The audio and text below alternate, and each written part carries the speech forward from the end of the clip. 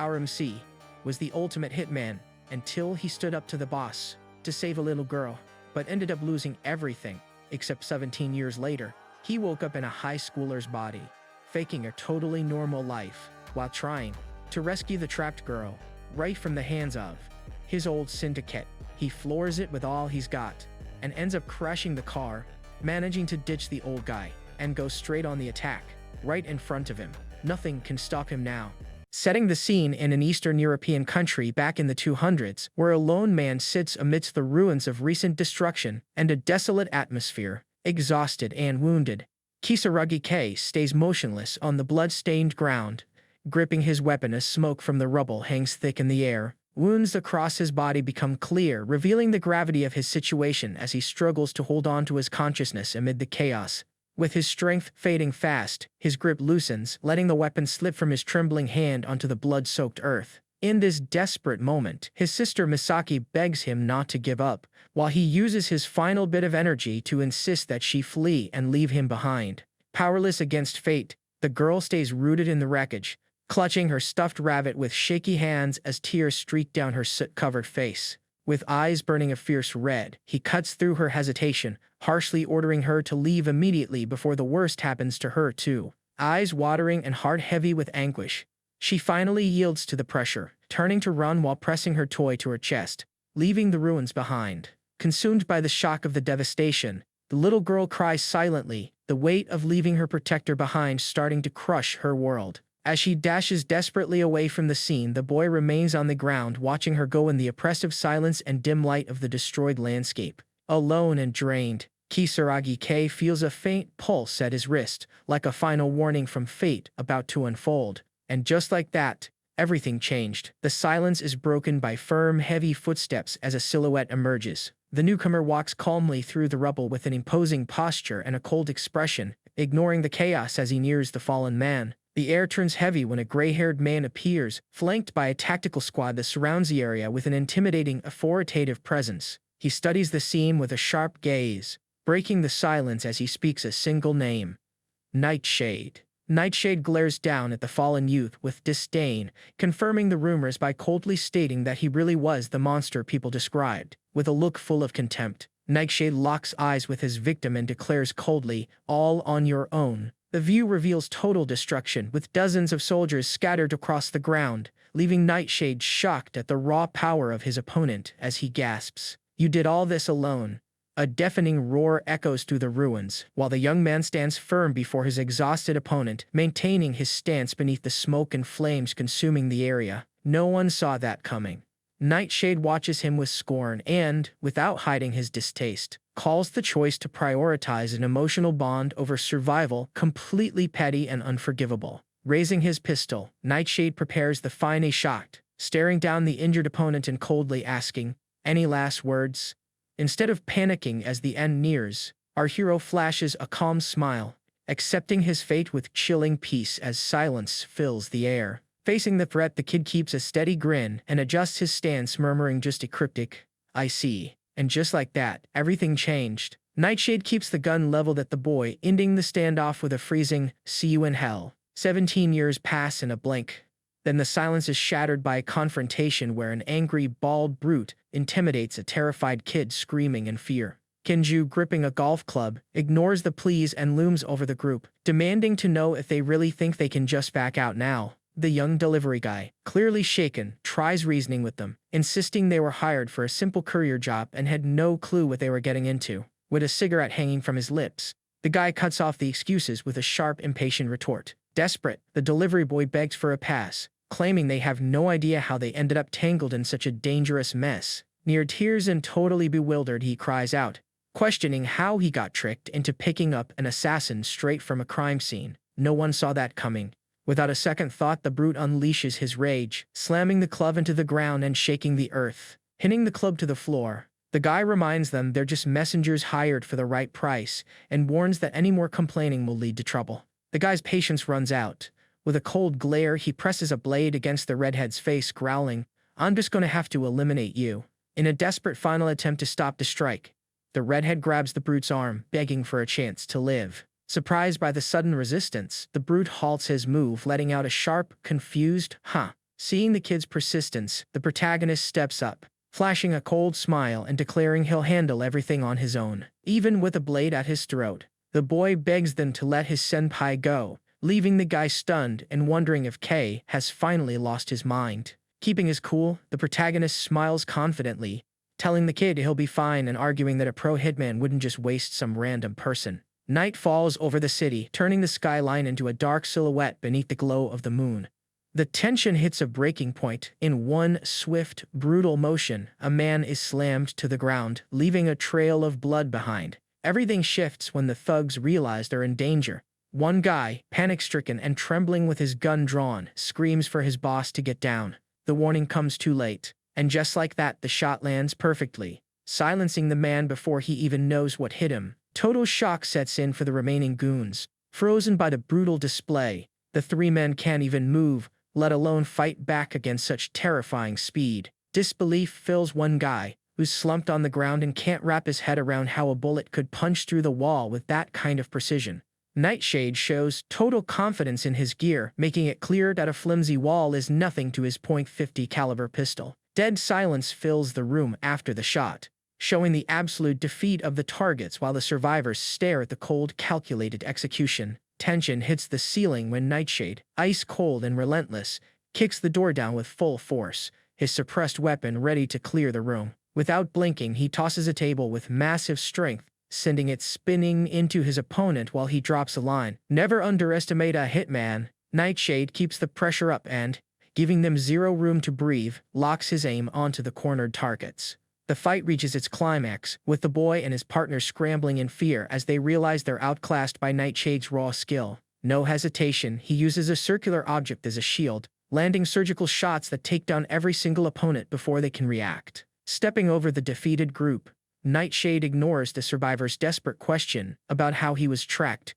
simply brushing him off by saying the stench of the Yakuza is impossible to miss. With a stone-cold glare, Nightshade denies any chance of a counter, firing at point-blank range as the muzzle flash lights up the scene. Once the room is silent, he stands still in the heavy air, watching the chaos with an unbothered look while the bloodstains prove his efficiency. Finishing the job, he drops his gun into a bucket of ice using the freezing cold to kill the heat signature from the recent shots. The aftermath is grim. The guy stands alone in the silence, surrounded by the motionless bodies of his targets scattered across the floor. While Kisaragi K watches from the shadows, staying on high alert, Nightshade stands in the center of the room, totally unaware he's being observed. Everything changes in a heartbeat when Nightshade whips around and levels his gun at the protagonist. Suddenly staring down the barrel, the protagonist throws his hands up in a total panic, shouting, I'm sorry, I was just hired for this." Keeping his weapon steady and cold, the gray-haired man eyes him with a calculated look, asking with pure disdain,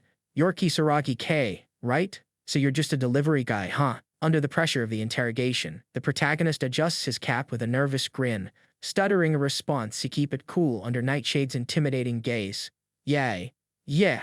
Shifting the view to an aerial shot of the city under the moonlight, where the heavy night traffic just keeps moving. That late-night silence gets cut by the roar of an engine as a dark car speeds with purpose through the city streets, rushing toward its destination. Inside the car, the silence is heavy, just the sound of the engine, while the protagonist stays focused on the road, clearly tense, with Nightshade's cold, unblinking eyes watching him from the back seat. The atmosphere inside the car is still super suffocating, the protagonist sweating bullets while keeping his eyes locked on the road, all under the constant, intense watch of the guy behind him. Nightshade glares at him through the rearview mirror, doubting everything, forcing the kid to stutter out that there's absolutely nothing wrong, feeling the weight of that presence behind him.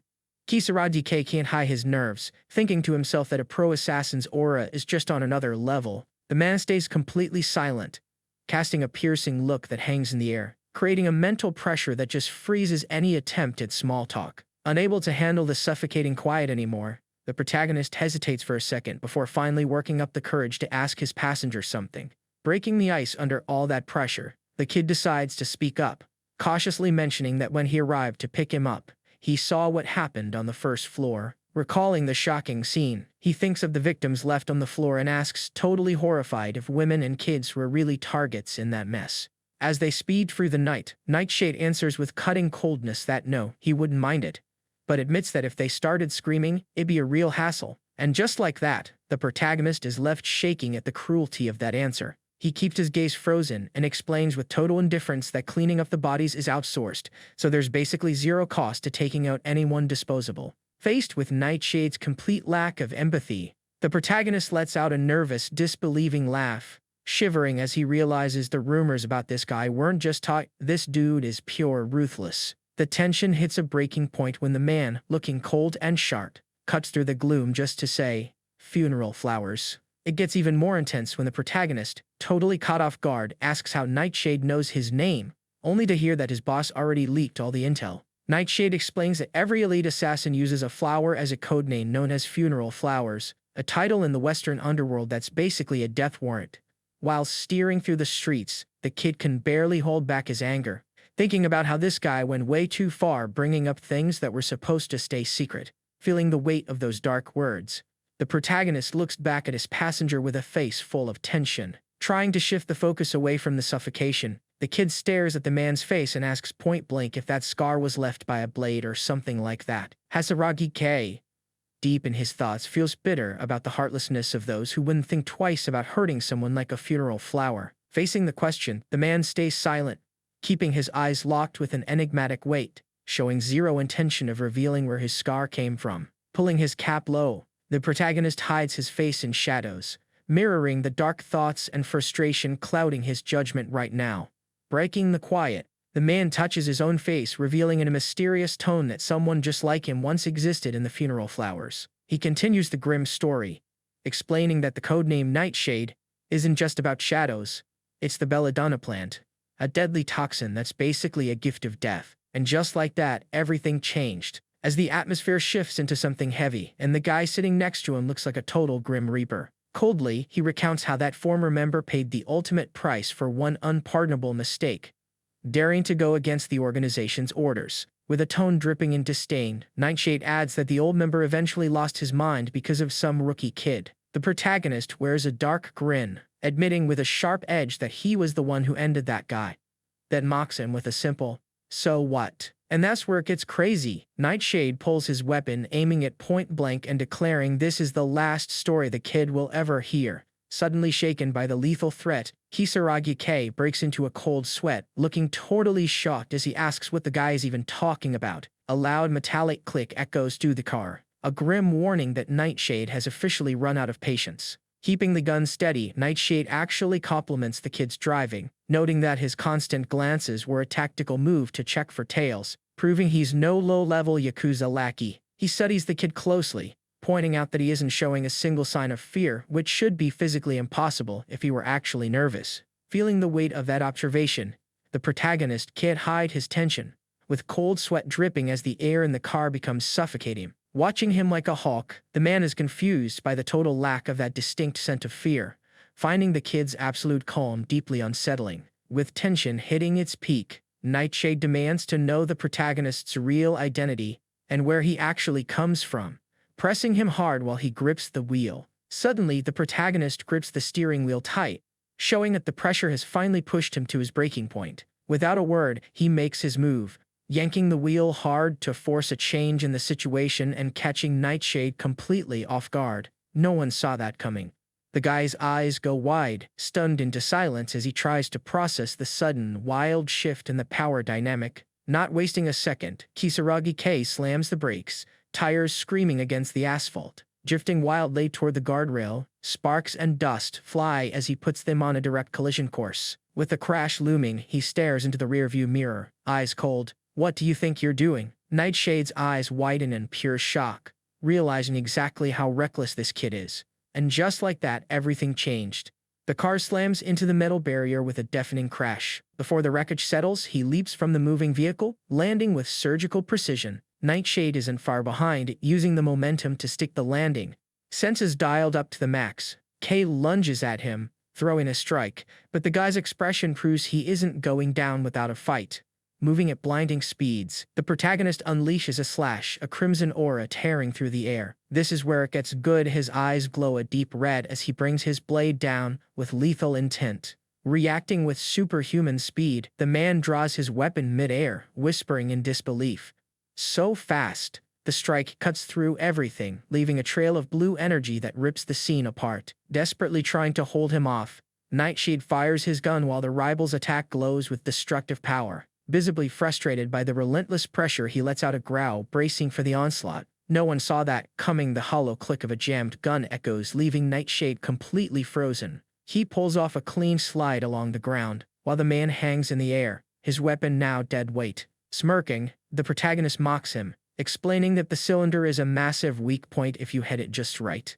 He glares at the weapon with pure disdain, pointing out that even a beast like that Desert Eagle is just a fragile piece of hardware. Stunned by the technical precision, the guy can't even process how his tiny mechanism was targeted in a split second. Rage boiling over, Nightshade glares back, finally feeling the crushing weight of his own defeat. Refusing to lose control, the man goes full berserk, dagger in hand, screaming, "Don't underestimate me, brat. Collision is inevitable." With fingers locked onto the blade, the kid throws a devastating punch, pouring every ounce of power into that one hit. With a flick of his wrist, the protagonist opens his hand, brushing off the impact and setting the stage for what comes next. They crash into each other, energy sparking at the point of contact as they trade blows in a high-tension stalemate.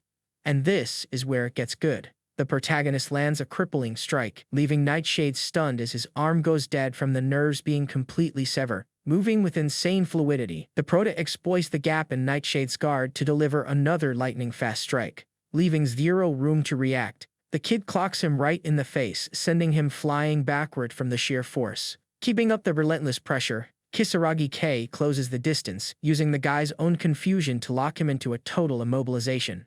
Finishing the sequence, he unloads a massive punch directly into Nightshade, crushing him into the dirt. No one saw that coming. Nightshade hits the ground hard, coughing up blood and realizing in horror that the strike went way deeper, wrecking his internal system. Every new hit burns like fire, feeling like his nerves are being eaten away from the inside out in pure agony. As the numbness spreads, Nightshade finally gets it, realizing with sheer terror that he's been hit by deadly belladonna poison. Kisaragi K stands still, an oppressive aura radiating off him as his eyes glow a menacing red, sealing Nightshade's fate. Totally unable to process this, Nightshade gasps out a question about who he is, only to get clowned on for being slow as the protagonist stares him down.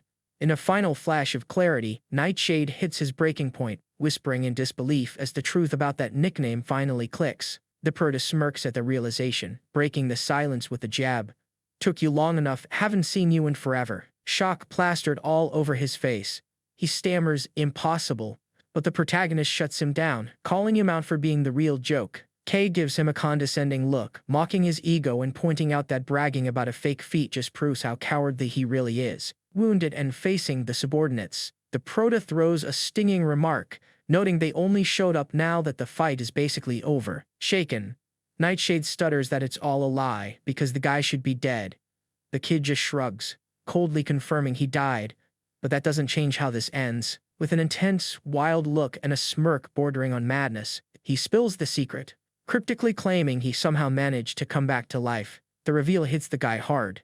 He's stuttering, trying to process how someone who's supposed to be gone is standing right there. Staring at the weapon on the floor, Nightshade is in total disbelief, refusing to accept this reality. No more hesitation. He steps forward while his blades start spinning around him, ready for the finish. That crimson glow in his eyes gets brighter, showing he's hungry for combat and ready to strike. Nightshade asked if it's all about revenge, but the kid just smirks, saying revenge is cool, but he's got way bigger plans, and that's where it gets good.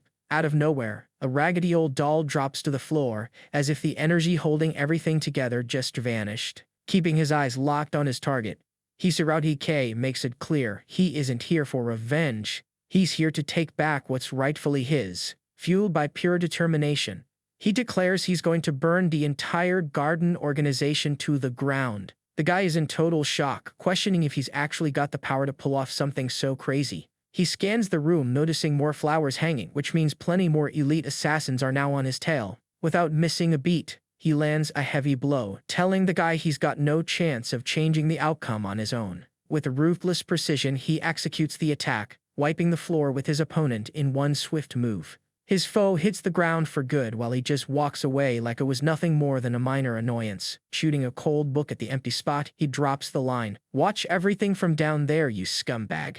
Kisaragi K walks into a massive room where a girl with brown hair waits at a table surrounded by shadows. The tension in the air is real. Stepping into the chamber, he finds a man sitting on a high throne.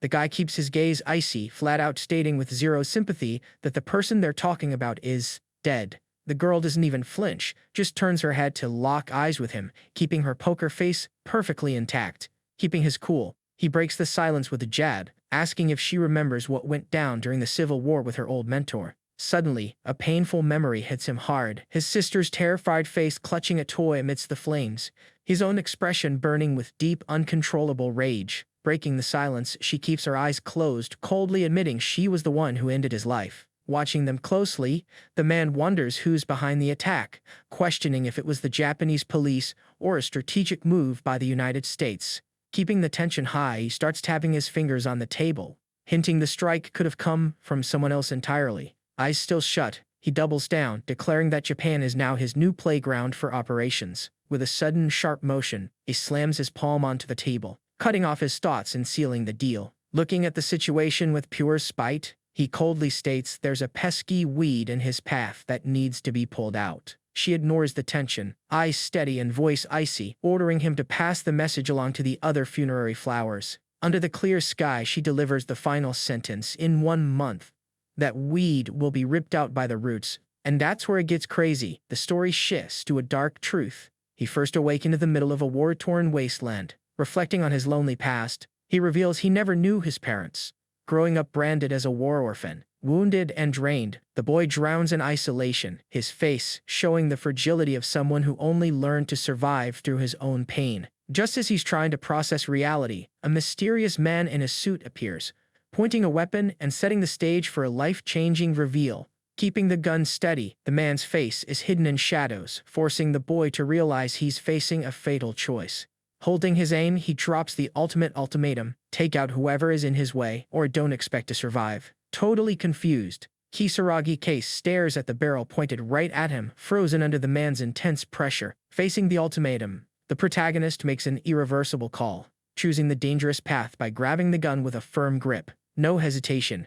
He forces the barrel away at the last second, a bright flash lighting up the room as the gun fires. Amidst the chaos, the man's voice echoes with authority, making it clear, no room for hesitation because it's either the target or him. The training hits a new level, with the man ordering him to level up his movement and use his legs to keep his shots precise. Caught in the crossfire, he reflects on his origins, realizing Garden is way deeper than just some assassin syndicate. A dark truth emerges about the organization. Members actually believe they're the altruistic guardians of world order. As their influence spreads, a blue map of the Americas pops up, choked by a dark, viscous shadow consuming the globe. Garden justifies its brutal methods through ideology, claiming their targets were just corrupt dictators running the world from the inside. They paint their targets as dangerous threats to society, marking traffickers and terrorists as the priority for their lethal operations.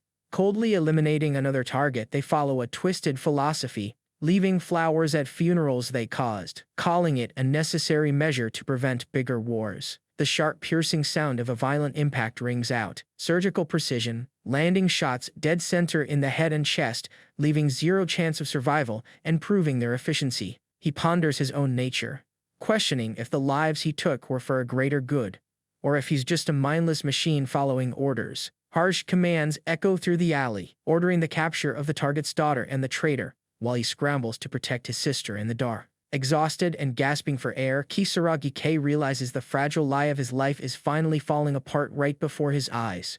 His sister looks at him worried, pointing out his pale face and soaked clothes after 20 long years of service to Garden. And that's where it gets good. He confesses he's done with the organization, even as nerve gas tears through his system, signaling his final moments. His body shakes violently, his organs shutting down as he struggles to hold on, his trembling, wounded hands proving the end is near. Desperate to keep her safe, he hands her an item, promising a smuggler will find her, while he's left questioning his own life's direction. Barely breathing, he finds a sliver of clarity, urging the kid to run, change her name, and escape this nightmare for good. Handing her the item, he's hit with a wave of doubt, wondering why he's choosing to do something so irrational and reckless in his condition. Grimy and traumatized, the girl starts tearing her own clothes, a symbol of her breaking free while clutching her stuffed rabbit. Despite him pushing her to leave him behind, she stands her ground, refusing to abandon him no matter how dangerous it gets. No one saw that coming.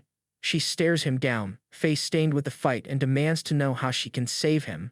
Diante da indagação desesperada da menina, o prota fecha ojos solo sentindo o peso esmagador de sua própria impotência enquanto, sussurro quase inaudível, ele apenas concorda com a realidade cruel que o esculca. Naquele momento, e o ar da pequena que consome todo seu foco, uma intensidade profunda, que parece atravessar sua alma e revelar a determinação, o corta atrás daquele par de olhos verdes. Ao fundo, o que resto da pequena casa comece a ceder silenciosamente sob força da destruição. O propriamente sentado entre os escombros, cercado por uma quantidade perturbadora de frascos vazios de sidoso público e turpina, evidenciando a natureza sombria dos preparatos químicos que consumiriam seus últimos momentos. Quizá que observa a pilha de recipientes vazios e constata a limitação daquele recurso, explicando que, embora aquelas substâncias cegas sejam eficazes para neutralizar os efeitos do base nervoso, a concentração encontrada em colheios comuns é insuficiente para tratamento real.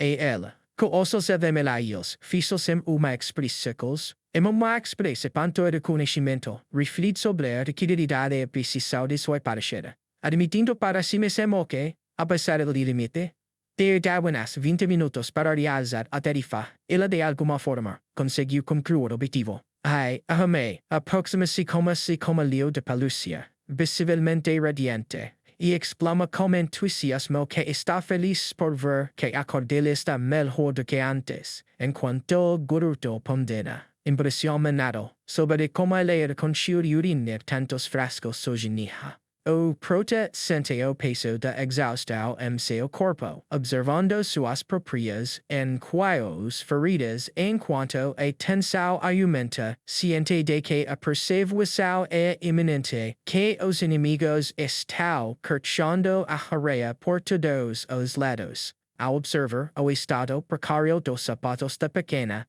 repletos de sujeira e marcas de desgaste, o garoto é tomado por uma reflexão melancólica, concluindo que ela não demonstrou qualquer preocupação.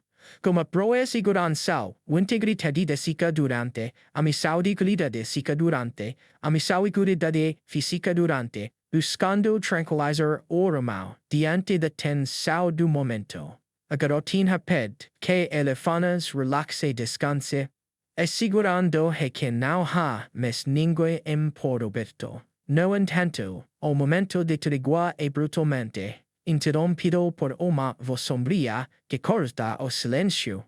Questando a prota se ela não se arrepende de ter jogado fora sua única chance de sobrevivência. A pequena responde com firmeza, rebatendo que não precisa de chances como aquela, já que, a partir de agora, o irmão será o responsável por protegê-la. Enchendo o assunto como enigmática, sentenceta que relico comprido nunca marca o mesmo Horatio de Isas. O prode ancora a menina com olhar frio e endurecido, literando sua recusão a citar qualquer laço afetivo. Ele deixa claro, uma e de uma vez, que não é da família del emissão ardeo, e afirmando sua necessidade solitária, como simples assassino de aluguel. O irmão observa a raça da garota, percebendo com pesar interno, que o homem que ele costumava ser jamais teria permitido que a situação chegasse a esse ponto. O que ele tivesse envolvido. Tanto como alguém que será que puxa a mão sobre a cabeça dela em gesto de carinho, mas logo é invadido por sentimento de frustração ao refletir que não há nada pior do que ficar dívida como uma criança. E, ainda por cano, ao adaptar la caminha, ao adaptar da camina, o protegê-la se o compromisso comece jovem, declarando solemente que esta é uma promessa, Ile o protegerà a te che illa estea verdaderamente libre. Custeo que custa, en cuanto aima deled reposa sobre cabeza dela, elevli flee, sobrepeso do pesado. Admit indopera, si mesmo que, no fim de sua trajetória como. O masasa nade a lugar. O destino finalmente o forzua encontrar novo propósito, a irme, lol, o com brazo cerrado, abre sorriso radiante e genuino, abertando a modo jovem com toda, forçais mosao que conserva demonstrar, selando aquele momento como a frase, é uma promessa. O momento de ternura é interrompido por golpe repentino. Man jovem de cabelos castanhos sobe com toda a energia, desferindo soco no protagonista, enquanto irritada para que ele acorde uma vez. O impacto é certeiro e violento, fazendo-o produzir emissado para trás, sobre a cama enquanto tanto solta gemido de dor pelo golpe inesperado. Stunned by the hit, he shouts in pain and annoyance, asking Misaki why she's being so rough early in the morning. Waking from a daze, he recalls it's been 17 years since his death, only to be snapped back to reality by a fuming Misaki, who points out it's nearly 7:30 and he's gonna be late for school. Still feeling the sting, he admits his mistake and starts getting ready, reflecting on the bizarre reality of high school life, while Misaki waits, losing patience with her brother's constant tardiness. Misaki, clearly fed up, calls out to him. But he just sits on the bed, still trying to get his bearings, and gives a confused She watches him closely, her expression full of suspicion, as she remarks that he's been acting like a totally different person ever since his fall down the stairs. And that's where it gets crazy. Misaki notices a pattern, calling him out for being out late again and mentioning his clothes smell like smoke, which leaves him completely rattled. Facing her distrust, he realizes he has to scrub every trace of his night activity, remembering how he had to torch the car to ensure no evidence remained of his secret life. With a piercing, suspicious stare, Misaki cuts through his thoughts, demanding to know exactly who he's been hanging out with lately. Cornered by her questioning, he forces a nervous laugh and puts his hands up, trying to brush it off with a lie about a barbecue at a friend's place that dragged on until midnight. The lie creates an opening, but not the one he wanted. She's confused about him suddenly liking vegetables, forcing him to claim his taste buds changed after the accident, a story she's clearly not buying. Keeping up the act, he insists that the head trauma damaged his nucleus accumbens, the part of the brain that handles reward, causing his preferences to shift completely. This wild technical explanation doesn't convince her. She stays there with her arms crossed, staring him down in silence while he raises a finger, desperately trying to double down on his logic. Still unsettled by his weird behavior, she shuts the conversation down, telling him he's acting bizarre and ordering him downstairs because breakfast is getting cold. As she walks away, he lets out a sigh of relief, admitting to himself that she's way too sharp, but deciding to push the issue aside for now. Alone in his room, he ponders his daily routine, thinking that despite all the secrets and danger, his life looks perfectly normal from the outside. Lost in his own head, he stares at a family photo, feeling a wave of strangeness and admitting that this whole situation still feels surreal. He dives into an existential spiral, wondering how his consciousness, after dying 17 years ago, ended up taking over this specific body. With a subtle movement, he brings the photo closer to his face, studying his family's expressions while searching for answers about his out-of-place existence. Pondering his current state, he realizes he didn't just hijack the situation, since Kisaragi K's own memories and feelings are still alive inside him, and that's where it gets good. He recalls it all started with that fall 10 days ago, even if he can't remember a single thing about how it actually happened. Suddenly, a jolt hits his mind, making him wonder if that crash was the real trigger for his past life memories. Even if it sounds totally wild, mid-thought, a shrill beat erupts from his computer, shattering the silence in his room. Putting his doubts on hold, he drops the photo onto the desk with a firm motion, knowing he's got bigger things to handle. Eyes locked on the screen, he's dead serious, feeling the pressure of whatever just hit his inbox. Without a second thought, he adjusts his headset and focuses on the monitor, ready for whatever is coming his way. And that's where it gets crazy. A message pops up confirming the data analysis is done, though the sender mentions it was a total headache to decode. Staring at the screen, he reflects on the heart of this mystery. The chip he snagged from Mrs. Dahlia. As the data finishes loading, he's suddenly pulled into a brutal scene, seeing Nightshade's body slumped on the asphalt after a rough encounter. The situation turns grim when a hand reaches out to check for a pulse, confirming the worst about the victim. Tense as it gets, that same hand now holds a pocket watch, marking the exact moment time seemed to freeze. Clicking it shut, the figure makes a sharp metallic sound that echoes as the second hand keeps ticking forward. Snapping the watch closed, the metal lid hides the secrets of that tragic moment away. Wearing his headset, he praises his contact's efficiency, noting that paying for such fast intel was definitely the right move. On the other end, the guy admits he was shocked to hear from him after 10 years, especially with him asking about Dahlia right off the bat. He confesses he wasn't sure if this was really Shad, but with Dahlia gone, he's demanding answers before dropping any more info.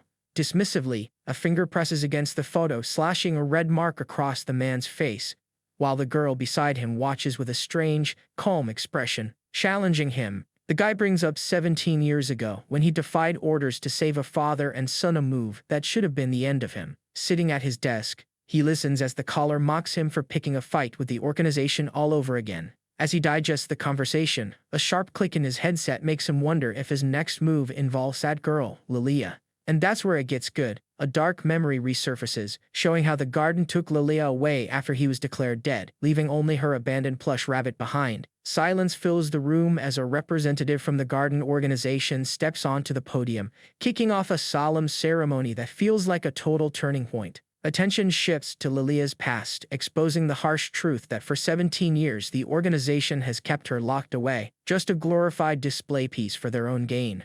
Her daily life is nothing but confinement, with the organization keeping her under constant watch, never letting her taste even a shred of real freedom. While she remains under their thumb, dark rumors circulate about the mistreatment and hardship she's been forced to endure all this time. The urge to break her out of that prison is becoming unbearable, especially seeing her caught between the organization's shadow and that single, worn-out plush rabbit, the only piece of her old life left. The camera zooms in on the protagonist's eyes, showing the storm of emotions inside as he questions what's actually driving him. And just like that, everything changes.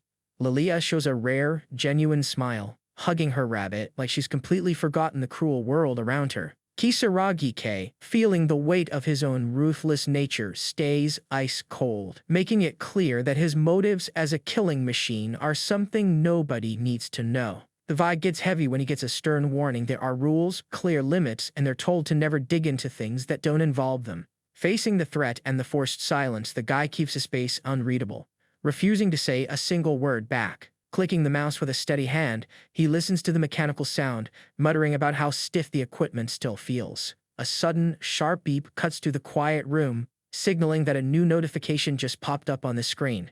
He stares at the monitor, processing the intel. The chip lists Mrs. Dahlia's next targets, and the name that pops up is a total game changer. Eyes glued to the screen, he keeps his cool, his neutral face hiding the real impact of what he just discovered about the mission's next phase.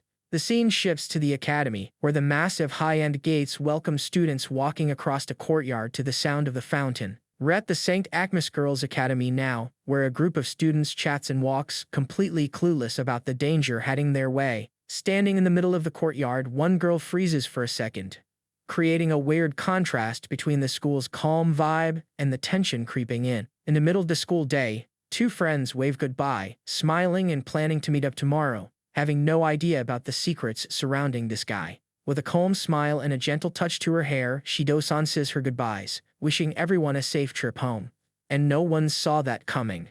A sudden, sharp gasp ripples through the students as they all turn to see a figure walking into the courtyard like they own the place. The school courtyard erupts in whispers, students reacting with pure shock and excitement to the sudden arrival, commanding everyone's attention. Amidst the growing noise, the protagonist stays calm, shifting his focus to his device to silently check an urgent notification. The screen reveals Akari Shido's true identity, a 17-year-old St. Agnes student linked to a dark legacy as the descendant of Masaomi Shido, the late third boss of the Shido crime syndicate. Detailed files pop up on her lineage, exposing her as the sole heir to one of Japan's most feared Yakuza empires, highlighting the massive weight of the power in her bloodline. And this is where it gets good. Akari isn't just some Yakuza heiress. She's the prime target for the Garden organization, who are dead set on taking her out. Facing the scale of this threat, the protagonist realizes his dual reality. He's still just a student, yet he's officially marked by a global network of assassins, Kisaragi K is hit with the terrifying reach of this group, whose influence controls the political and business elite across dozens of nations. No one saw that coming. The true power of Garden is wild, with hitmen who aren't just normal killers, but people with superhuman traits that make them unstoppable weapons. Knowing he can't win in a straight-up fight, he decides to turn the crisis surrounding Akari into a strategic opening for his own next moves. With a sharp, focused gaze, he watches the glow from his device. This isn't just a plan, it's the foundation to bring Garden down and burn their empire to the ground. Disguised in a cap and sports jacket, the protagonist moves through the courtyard, eyes glued to his device while keeping tabs on the students nearby. Walking along, he finds it ironic that Akari attends such a prestigious school, figuring her father must have truly valued her to hide her in such a secure place. As he keeps his cover, Kisaragi K is cut off by an acquaintance who shows up with a smug grin, mocking his role as a bodyguard and asking if escorting her is becoming a chore. Snapping out of his thoughts, he stares down the shadowed figure who approaches with a taunt. "Hey, bodyguard." The guy makes his hostility clear, adjusting his clothes while dropping a warning. He says the clan has noticed pests lurking around, and this is no place for games. With orange eyes sparking malice, he delivers a cold warning that an inexperienced rookie will get chewed up. To which the protagonist just replies, "Thanks for the heads up." The guy flashes a sinister grin, his orange eyes burning as he confirms that, unfortunately for the protagonist, he's finally ready to make his big return to this world. Ending the taunt, he steps forward with a heavy presence, stopping at a calculated distance to coldly declare, "This should be enough." His face twisted in hostility.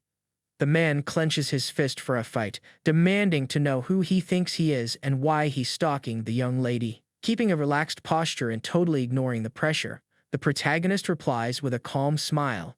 "Actually, I wasn't even planning on going after her." Clenching his fist tight, tension rising, the guy sneers. "No need to be honest about that." Losing his patience for excuses, he gets into a fighting stance and yells, "I'll just beat the truth out of you." No time wasted, he throws a fast punch as the protagonist stands there, watching the attack cut through the air. Unbothered by the aggressive move, the lead clocks the technique and mutters with a hint of disdain. "Boxing? Huh." Swinging with full power, the guy shouts, "Take this," as the force of the strike whistles past the protagonist. Frustration boiling over, he grinds his teeth and clicks his tongue in annoyance. "This brat." With no signs of slowing down, he slams his foot into the ground, gaining serious speed and weight behind his charge. Moving with surgical precision, he slides across the floor, catching a burst of momentum to keep the offense going, fueled by growing rage and pure impatience. He lunges again, throwing a straight punch while screaming, "Don't mess with me!" And that's where it gets good. Kisaragi K intercepts the strike, catching his fist in midair with total ease. Counterattack neutralized. The lead remains calm and unbothered, keeping the opponent's hand locked in place as the shockwaves fade. Leaving no room for a comeback, he moves in coolly and grabs the guy by the throat, pinning him down in a flash. His face shifts to pure shock, eyes wide open as he realizes the protagonist's dominance is on a different level. With a brutal motion, the youth slams the man in the suit into the pavement, forcing a grunt of pain as his resistance is crushed. Staying totally composed while holding his opponent, the lead leans in and says, "Calm down. I'm not your enemy." Overpowered and caught off guard by the words, the man lies there stunned, teeth clenched, unable to process what just went down. As the tension peaks, Akari Shido suddenly appears, cutting the confrontation short with a sharp, "Stop it. Right now." Feeling the weight of her command, the guy on the ground gasps in a panic. "Young lady!" The street goes quiet, save for the sound of firm footsteps as Akari walks slowly toward the protagonist, still pinning the man down. With a stern, authoritative glare, she breaks the silence, looking the lead in the eyes and demanding, "I don't know who you are, but let Katagiri go." Kisaragi K looks on, dropping a comment about her impressive self-control. Unfazed by Akari's presence, he flashes a confident grin and nods, replying, "Sure.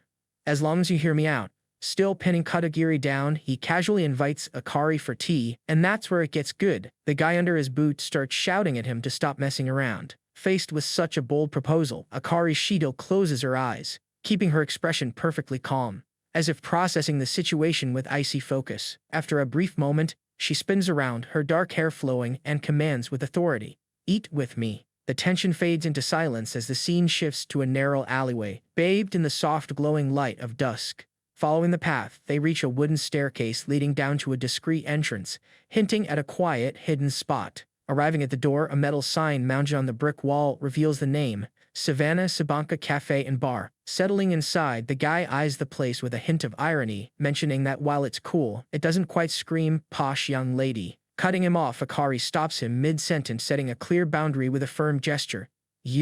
Let's get straight to the point. Her expression stiffens as she interrupts the small talk, placing her teacup down with a sharp click against the saucer. Keeping her gaze locked, she demands to know the real reason he approached her, making it clear she isn't buying any casual meeting talk. Maintaining a cool, steady look, Kisaragi K stares back, clarifying that she isn't his target, but the assassin hunting her is. Dead silence fills the table, creating a sharp contrast to the building tension as Akari holds his gaze, processing the heavy news. Akari keeps her icy look, telling him that even with a bodyguard around, it won't be enough to save him from the funeral flowers. Hearing that name, the protagonist's eyes widen, and no one saw that coming. He's clearly blindsided by the reveal. Her words ring true as the silhouettes of elite assassins emerge, a threat so dangerous that even an entire Yakuza clan couldn't stop them. She locks eyes with him, and with a dark warning look, she breaks the silence.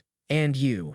Akari and her ally lean in over the table, questioning him directly, demanding to know exactly who he is and how he knows so much. Feeling the weight of the interrogation, the guy keeps a serious, observant face as the silence drags on, thick with distrust. Kisaragi K breaks the tension, declaring that while he's not exactly their ally, he's definitely a common enemy to whoever they're fighting. With a cocky smirk, he promises to handle the remaining threats, but drops his condition. He's moving into the guy's estate indefinitely. That proposal triggers an explosive reaction, and Katagiri, totally losing his cool at the sheer audacity, snaps. "You've got to be kidding me." The protagonist shoots him a chilling, intimidating glare, cutting the guy off with a blunt warning, "You really shouldn't do that." That cold response becomes the catalyst for a violent shift. The air vibrates with oppressive energy, and the guy in the cap feels the crushing weight of that presence right in front of him, staring down that overwhelming pressure. The man grits his teeth in pure shock as a heavy, suffocating silence fills the room. Katagiri, overwhelmed by the mounting frustration, slams his fist onto the table, showing everyone his patience has officially hit a wall. Tensions hit an all-time high when the man beside Akari Shido narrows his eyes, clearly doubting him. "And why exactly should I trust a word you say?" The story flashes back in a heartbeat, revealing a dark, brutal episode that went down in Yokohama. The scene is haunting, showing the fallen executives and their associates, all taken out with the signature calling card of a funeral flower, and no one saw that coming. The realization hits the guy hard, leaving him stunned as he mutters through gritted teeth that this massacre never made the news. The protagonist watches on with a mocking expression, noting that while the media was silenced, the brutal method, 50 caliber Desert Eagle shots, proves this was no accident. With a piercing, stern gaze, he reveals the mastermind behind the slaughter, naming a figure known by the codename Dahlia. The revelation lands like a heavy blow, leaving the guy completely floored as he fires back in disbelief. "How the heck do you know that?" Without missing a beat, Kisaragi K drops his gun on the table with a loud, authoritative thud and admits coldly, "Because I'm the one who took Dahlia out." With a look of pure confidence, he tells the guy to use his police connections for a ballistics test. Compare the rifling marks to the bullets from the crime scene, and the truth will be staring him right in the face. He explains that the cleanup was no sweat, since all the scrubbers responsible for the bodies and evidence were wiped out by K right after the fight. The guy stares him down, challenging the story by questioning directly, "You didn't take out all 3 of them alone, did you? With that gun?" Smiling calmly, Kisaragi K brushes off the question about the kills, instead throwing out a challenge. Why go through all that effort if the young lady was his real target? That revelation hangs heavy in the air, and the girl's sharp gaze reflects the sheer intensity of the moment as she processes every word. Facing the kid's firm stance, Katagiri finally gives in and trusts the intel, though he's visibly shocked and annoyed at being called by that unexpected nickname. With an authoritative look, Akari Shido kills any hesitation, ordering Katagiri to get the car ready for their return to the estate. Without questioning his superior, he immediately follows orders and replies with total submission. The scene cuts to the massive estate entrance where the sunset washes the traditional gates in a deep, glowing red. Inside the property, Akari Shido sits down while Katagiri, the third in command, stands right by her side, radiating an air of serious, absolute authority. Inside the residence, he makes his disapproval clear to Akari Shido, letting her know it's a mistake to let someone with such a sketchy vibe inside the grounds. Tensions hit the roof when Kisaragi-K just shows up out of nowhere, grinning and mocking the vibe, basically calling it a typical Yakuza setup. Keeping his bold attitude, the protagonist shifts the focus, casually pointing to the hall and asking with a smirk if that Sansai ceramic upstairs is even authentic. Unfazed by the intruder, Akari Shido stays calm and says she was just following orders, while a clan member loses his cool, shouting at him for walking around like he owns the place. Ignoring the hostility, the guy keeps his sarcastic tone, breaking down their security system and revealing he's already tracked the guard at the front and 2 patrol teams. As the protagonist wipes the floor with the clan's confidence using his inside knowledge, the scene shifts outside to a security guard standing like a statue at his post. Far from the drama in the room, 2 other organization guards roam the grounds, watching for anything shady in the dead of night. While the guards patrol the perimeter, one of the security cameras keeps everything under a constant cold watch. To cap off the security breakdown, the protagonist points out the lone guy sitting in front of the monitors, the one watching every single camera feed. And that's where it gets crazy. Katagiri's face goes blank with disbelief as he realizes his entire security grid has been exposed, while Akari Shido just watches in silence. Still wearing that smirk, Kisaragi-K brushes off the guy's gear, noting that while the bulletproof vest is a nice touch, it's basically just a lucky charm that won't save him. The weight of these reveals hits Akari Shido hard. She's looking at him in total shock, realizing he cracked their entire security setup in mere minutes. With a cold smile and eyes full of warning, the prota drops a bombshell, telling them a real threat is coming and they need to evacuate the house before things get ugly. Away from the mansion's tension, inside a dark water-filled tunnel, a mouse scurries across a metal catwalk, letting out a sharp smooch sound that echoes off the walls. Just as the silence settles in, the clicking of high heels echoes through the tunnel, signaling the arrival of a mysterious woman stepping onto the wet floor. Lycoris, rocking her signature blue braided hair and a mysterious vibe, strides through the dark, damp corridor like she owns the place. With a wicked smile and eyes gleaming with predatory intensity, she draws her sword, revealing the deadly blade as she readies herself for battle. Keeping a serious face, Kisaragi-K insists the incoming threat isn't just some common killer, repeating his urgent advice to evacuate everyone from the house immediately. The pressure hits a breaking point and Katagiri explodes with indignation, shouting, "Huh, why the heck should we do that?" While squaring up, backed by the dark-haired Akari Shido, eyes locked and expression stern, the kid retorts, making it clear that against an assassin like Dahlia, the guy would be totally useless and just get in the way, risking his life for nothing. Fuming at the pressure, Katagiri grabs the boy by the collar and snaps back. "Don't mess with me. We're ready to lay our lives down for this." The tension hits its peak when Akari, keeping control of the situation, orders Katagiri to follow the prota's instructions, shutting down any further argument. With a calm and piercing gaze, she puts an end to the conflict, turning to the young man with an urgent request. "Young lady, please." Following her lead, Kisaragi-K cuts the confrontation with Katagiri short, confirming in a cold, decisive tone that he's got the message. Fine then. Obeying the orders, the security team starts moving out. While heading for the exit, one guard questions the timing, but gets shut down by a teammate who demands total compliance with the boss's orders. With the area finally cleared, Katagiri stays seated on the floor in a meditative pose, keeping his cool while confirming the orders were followed and everyone was sent home as requested. Standing firm with an intimidating look, Katagiri adjusts his tie, making it clear he's now got total freedom to do exactly what he wants. The proto watches for composure, surprised he didn't expect this much cooperation and trust, to which Akari Shido replies bluntly that she doesn't care. With a determined look, she thinks about how useless the guards were, concluding that against a real assassin, they wouldn't stand a chance, no matter how much they knew about the flowers left behind. Kisaragi-K watches her closely and drops a harsh truth. He claims the only way to deal with a pro-assassin is to pit another one against them, putting Akari Shido's defense strategy to the test. Facing the jab about who he is, the boy keeps a serene expression and, with a slight smile, asks what exactly makes her think he's a professional assassin. She keeps her gaze locked and doesn't blink, hitting back at his question with conviction, claiming his words carry weight because she's been face to face with a real killer before. Akari Shido holds his stare, pointing out that the look he had while subduing Katagiri was identical to the one she saw on that hitman back in the day. The air around Kisaragi K seems to warp as he shifts into an intimidating stance. His eyes flash a deep red, revealing a predatory focus as if he's staring down helpless prey. And that's where it gets crazy. Kisaragi K keeps an enigmatic look while pulling his hat brim over his eyes, diving into absolute silence, letting the tension of the moment do the talking in this standoff. With Akari Shido unfazed, Akari Shido keeps her ground, catching a peculiar detail.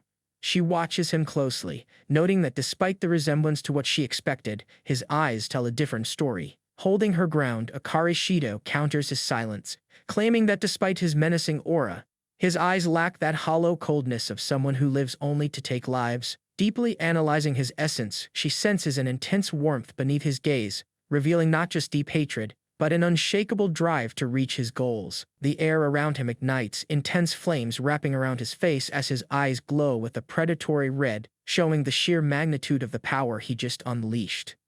And that's where it gets good. In a moment of deep revelation, he locks eyes with Akari Shido, making it clear that his choice to trust her wasn't an impulse but a calculated decision. Maintaining that intense eye contact, he admits it was exactly because of her perception that he decided to try and believe in her. After processing her words, he drops his guard just a little, letting out a short, reflective, "I know."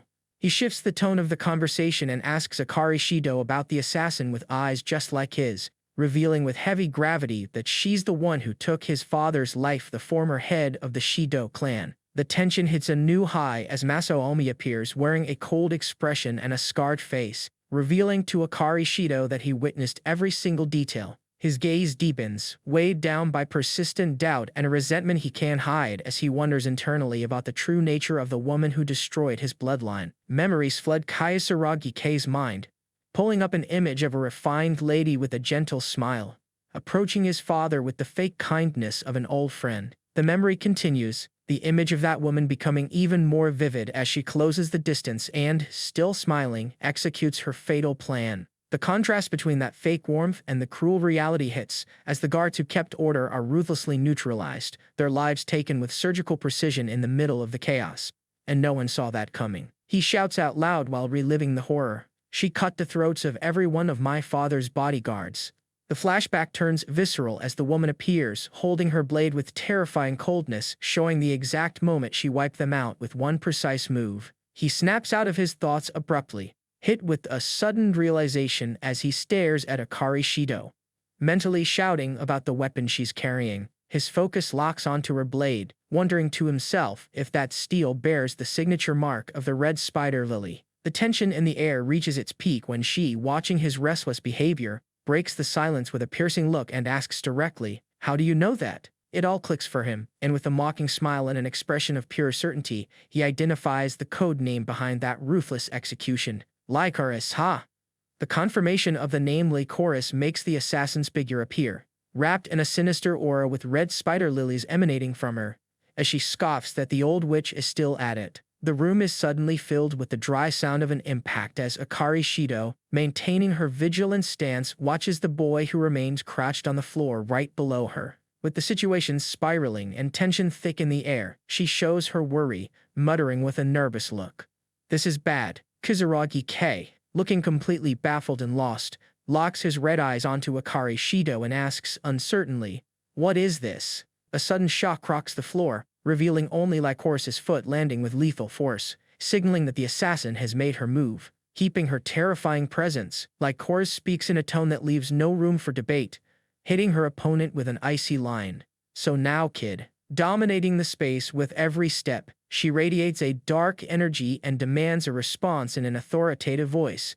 "Isn't it time you answered me?" Katagiri, clearly wounded and bleeding from his arm, drops to his knees, unable to speak under Lycoris's overwhelming pressure. Towering over Kisaragi K with a cold smile, Lycoris looks down at him while he stays pinned by her crushing superiority. The atmosphere turns dark as a grim realization settles over the estate. This mansion isn't just a home, but a spider's web waiting to trap anyone who dares cross it. As silence hangs over the property, the doors of the residence light up with an intense, mysterious glow. Entering the grounds, the danger becomes clear.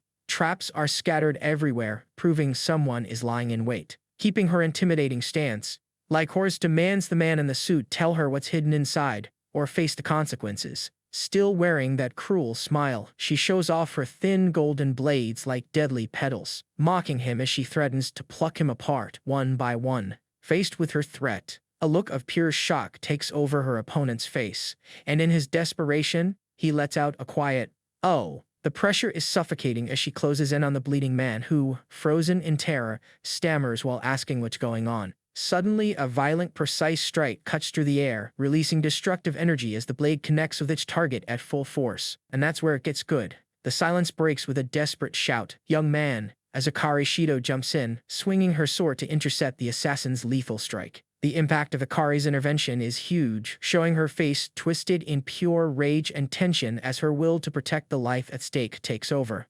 Exhausted and panting from the fight, she struggles to catch her breath, dropping a sarcastic comment about him failing his check-in routine. The man, clearly shaken and bloodied, reacts to her sudden move with a desperate scream, trying to warn the girl to stay away from the danger. Akari Shido dashes forward, sword raised, forcing the woman to retreat while she pulls the injured man behind her protective line. Lycoris doesn't blink, keeping that cold stare locked as she adjusts her grip, ready to unleash another lightning-fast strike. And that's where it gets crazy. Akari Shido freezes up, her eyes wide as she witnesses a reveal that leaves her totally speechless. Smirking, the woman stares her down, mocking her by saying she saved her the trouble of doing the work herself.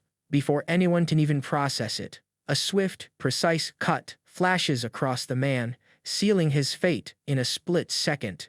Horror takes over Akari's face, leaving her breathless and paralyzed by the sheer intensity of the scene. Lycoris stands tall, dropping the cold reminder that she remembers Akari as the little kitten, spying through the closet gaps back in the day. Things get even wilder when a flashback hits. An old photo of Masaomi Shido next to Lycoris, exposing a hidden connection that changes everything. Watching Akari closely, Lycoris gives a sharp, cutting remark, noting that she's developed the exact same eyes as her father. She keeps that predatory gaze glued to Akari, letting out a sinister comment that she finds the girl absolutely delicious. Panic floods the woman, her eyes wide with terror. Lycoris moves at insane speeds, unleashing a precise strike that leaves a trail of red as one of the guards hits the floor. Eyes locked on her target, she darts forward, golden blades ready like claws, moving with the agility of a natural predator. Lunging into action, Akari Shido shifts to guard her injured and shaken ally.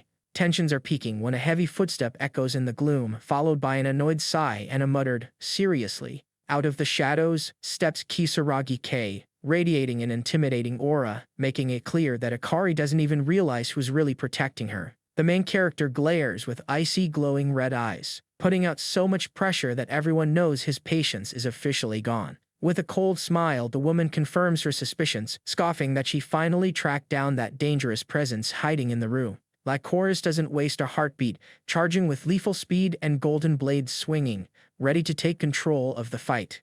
Her attack lands with massive force, stabbing those golden blades deep into the ground, signaling the start of an all-out assault. She holds her ground, that cold, lethal resolve shining through while her sword glows with a pulsing red aura, acting as a grim omen of what's coming. Kisaragi K stands perfectly still, glowing red eyes burning with a terrifying intensity as he stares down the danger, clearly not backing down. Without a second thought, he starts walking toward them, his heavy steps echoing while an oppressive aura silences every single threat. Moving forward with total confidence, he brushes off the surrounding hazards, closing in on his foes while his opponent's blade stays locked on him. Faced with that crushing pressure, Akari Shido and her partner react in shock, their faces drained of color and marked by pure dread. Kei keeps walking, strolling right past Lycoris in her combat stance, while the others remain frozen in the background, overwhelmed by his presence.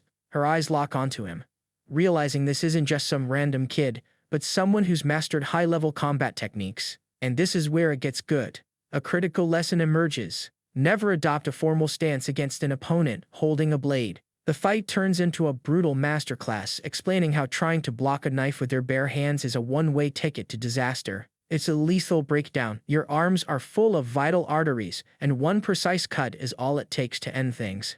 Survival tactics dictate that to avoid a fatal hit, the best play is to avoid a standard fighting stance entirely when facing a blade. Luring the enemy to strike your neck or chest forces them into a mistake, handing you the control the second they commit. Executing the plan with surgical precision, he waits for the window and shuts down the attack, proving the technique is flawless. Keeping that sadistic grin, she scoffs that even if you know the theory, most people simply lack the skills to pull it off. Lycoris watches him cautiously, noticing he's not even holding a guard, which she immediately knows is completely unnatural in a knife fight. Seeing his slobby posture, she spots the trap and realizes he's baiting her into a calculated counterattack. Knowing the risks of this mind game, the assassin decides to double down, staying on high alert.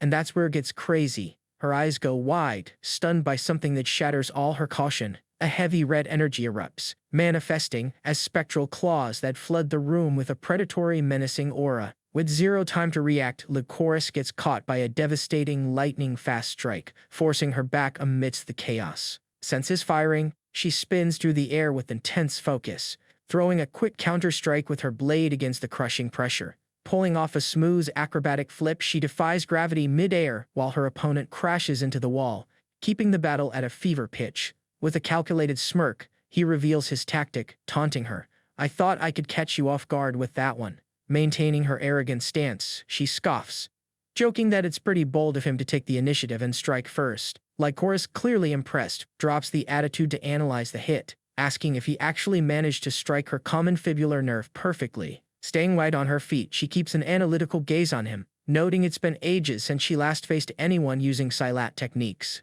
The fight pauses for a quick lesson. The common fibular nerve, right above the knee, is a vital point that turns the leg to dead weight.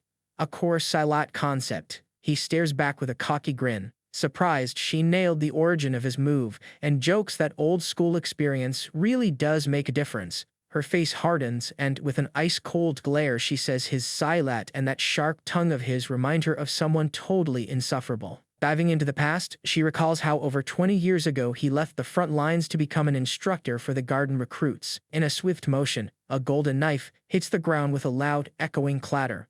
With a determined look and glowing eyes, she explains the technique isn't about brute force, but about maintaining a constant, fluid rhythm. During training, she stays locked in, coaching her partner to let the blade follow the natural flow of the fight. The boy, eyes glowing a deep red with pure disdain, touches his neck and mocks her, saying just listening to explanations won't make the skill click. And that's where it gets good. He snaps into a combat stance, declaring that since the warm-up is over, he's ready to drag this game out a bit longer. Tension hits the roof as the golden blade whistles past, forcing her into a terrified, instinctive flinch, sweat beading on her face. He seizes control, pinning her down with the blade to her throat, grinning as he claims he finally cracked the code to her movements. Locking eyes with an intimidating stare, he keeps that mocking smile, daring her to show him what she's got left.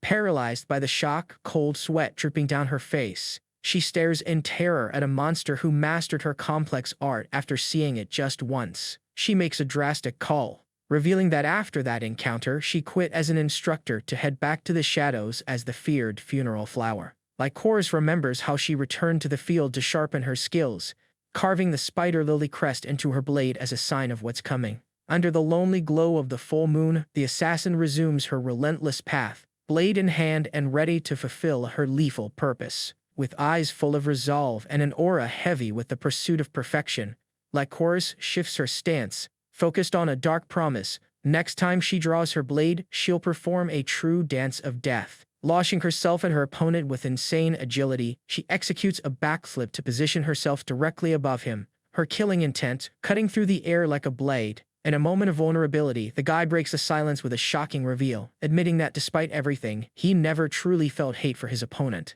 Staring at the scene with a face full of tension and distrust, she keeps her weapon ready while questioning the real motive behind those words. He maintains a serene smile while reflecting on the combat, emphasizing the need to break an opponent's spirit before landing the final blow, treating the fight as a valuable lesson.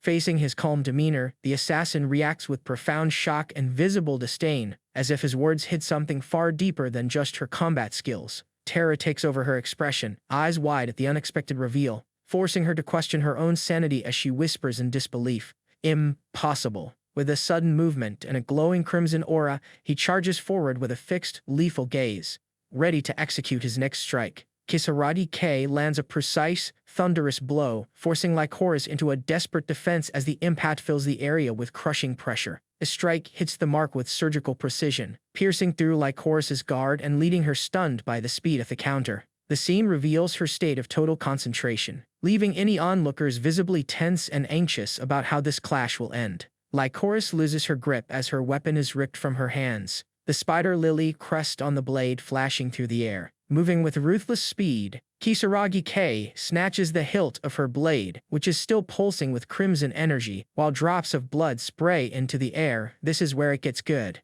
She gets set flying back with a look of pure shock, while he keeps total control of the weapon, sealing the fate of the fight with one crushing blow. The impact leaves deep marks across the battlefield, all while he holds his ground with an unshakable, cold stare. In a moment of pure rage and desperation, Lycoris lets out a sharp scream while unleashing a wild circular strike, trying to regain the upper hand. Her counterattack slices through the air at a devastating speed, creating arcs of light that force the guy to dodge and weave through her frantic assault. Mid-clash, Kisaragi K stays calm, watching her movements and taunting her with a sharp comment about the persistence of her energy vines. And just like that, the secret comes out. The true source of her lethality is her unique build, combining joint laxity and extreme tendon flexibility for an unnatural range of motion. Lycoris strikes a commanding pose, channeling a dark aura as she confidently dubs her technique the creeping vines. Things escalate quickly as she grips her blade with surgical precision, and this is where it gets good. The fight hits its boiling point. The vibe shifts entirely. Kisaragi K stands his ground, pinning down her true identity and asking if she's actually the legendary Nightshade. With the tension rising, he keeps his cool, locking eyes with her as he drops the ultimate question. So, what are you gonna do now? Silence fills the room while the assassin stares him down, eyes full of mystery, choosing to let the anticipation do all the talking. Ki watches closely, his mind racing as he questions the logic, struggling to believe this person is really the legend everyone fears. Lycoris gets this intense gut feeling, declaring with total conviction that her instincts are screaming at her to move. And just like that, everything changed. The opponent reveals their true power, and Kay finally realizes he's facing the very monster he's been hunting. A cold smile spreads across her face as she readies her gear, telling him she's finally going to show her real strength. Skipping the talk, she strikes the ground with pinpoint accuracy, triggering an explosive tremor that shakes everything under their feet. Lycoris enters the fray with a deadly grace, surrounded by red spider lilies as she claims this dance is even more beautiful than the one from the past. Pushing her speed to a new level, she dives into the fray, bragging that her dance of death is faster than ever. With supernatural agility, she flips through the air, unleashing a strike that carves through the space around her like a razor. Keeping up the pressure, she manipulates her crimson blade with lethal precision amidst the swirling energy of the fight. The tension peaks as she preps her finisher, calling out the macabre dance while charging him head-on. No one saw that coming. Akari Shido and his teammate are completely floored, shouting in pure terror. W. Sobel, what in the world is that? Amidst the chaos, Kay stays locked in, coldly tracking her movements and reminding himself not to fall for those flashy illusions. Showing off insane speed and power, he unleashes a flurry of strikes, his fists moving like a blur of kinetic energy. The pacing is so wild that the bystanders can barely keep up, left speechless as they watch him deflect a lethal blade with nothing but his bare hands. The impact echoes with a deafening roar, leaving Akari on high alert as he mutters. But even so, air gets shredded as the kid fires off a frantic combo, turning the fight into a display of raw power that shatters every defensive wall. Despite the heat of battle, he feels a blade graze him and frustrated mutters, "Shh. In my past life, I wouldn't have let her even scratch me." Time seems to freeze as Kisaragi K's eyes go wide, blindsided by a sudden twist that demands his full focus. And that's when Lycoris coolly confirms that her weapon was laced with the natural toxin of her signature flower. Glaring with cold intent, Lycoris keeps her composure, reassuring him that the poison is just to paralyze his muscles, not to end him right there. The silence is broken by the image of a red spider, Villy, her signature mark, signaling that the venom is already coursing through his veins. With the reflexes of a predator, she pulls off a sick aerial flip, firing crimson energy blades at him, boasting, "I'll be the one to claim your life personally." The toxin hits home instantly, and the guy groans in pain as his legs give out, forcing him to buckle under the pressure. In a moment of pure clarity amidst the chaos, Kisaragi gathers every ounce of strength and, in a desperate move, yells, "Now!"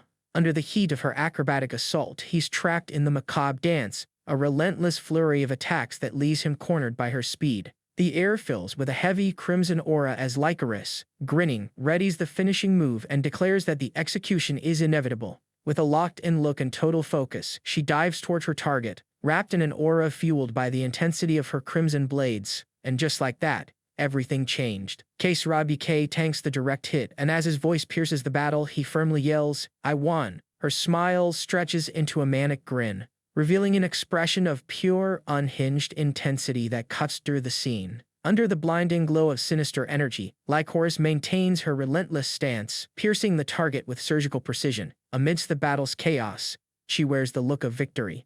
But it dies out the second she senses someone right beside her. Shock hits her face, the assassin staring in total disbelief that the kid is somehow still standing. A demonic aura flares up, flooding the area with a dark, heavy presence, and Lycoris freezes, helpless against the absolute killing intent radiating from her target. Her defense collapses instantly as she's grabbed by the throat, gasping for air while being pinned by the brutal pressure of her opponent. Enveloped in a red aura of pure lethality, the lead character wipes the floor with Lycoris, lifting her by the neck as his energy shatters every bit of her resistance. The impact is devastating, leaving his opponent in agony as she coughs up blood, her scream cutting through the silence. Suddenly, the quiet is shattered by the metallic whir of a blade spinning through the air. With a precise motion, the lead character launches the metal object right at her. No holding back, he delivers the final blow.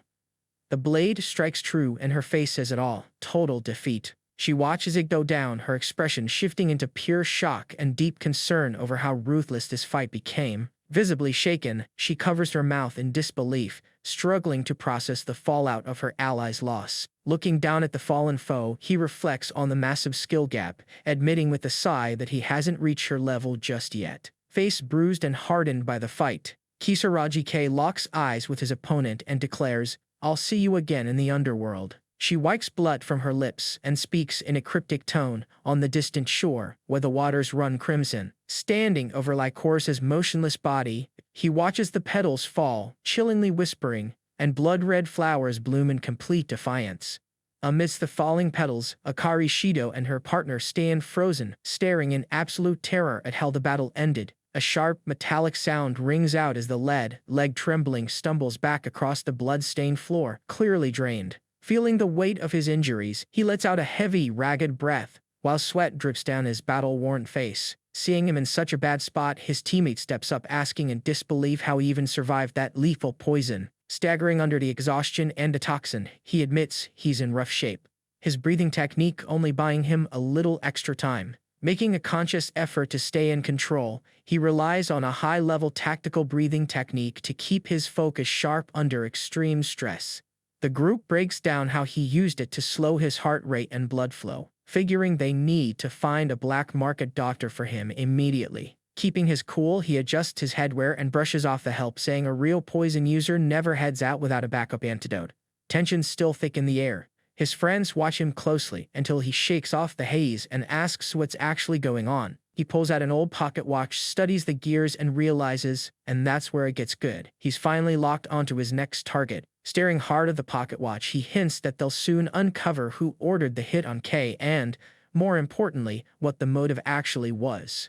Akari Shido breaks the silence, looking totally bewildered with a cold sweat, clearly processing how heavy the situation has become. Under the eerie night light, the group stands before the Shishido entrance, an imposing wooden gate signaling they've reached the heart of a place hiding dark secrets.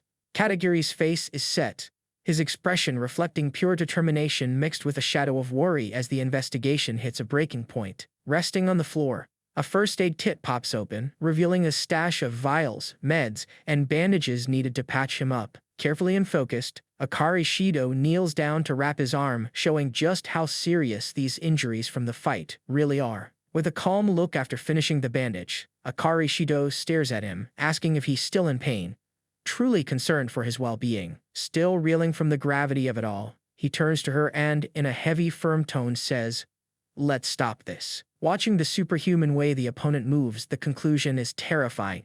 The thing they're fighting isn't even human. Lycoris pulls off a wild acrobatic move, landing precise strikes that leave glowing trails, proving his speed and technique are completely cracked. Wrapped in an intimidating aura, the protagonist watches, realizing this power level's beyond any gang fight he's ever witnessed.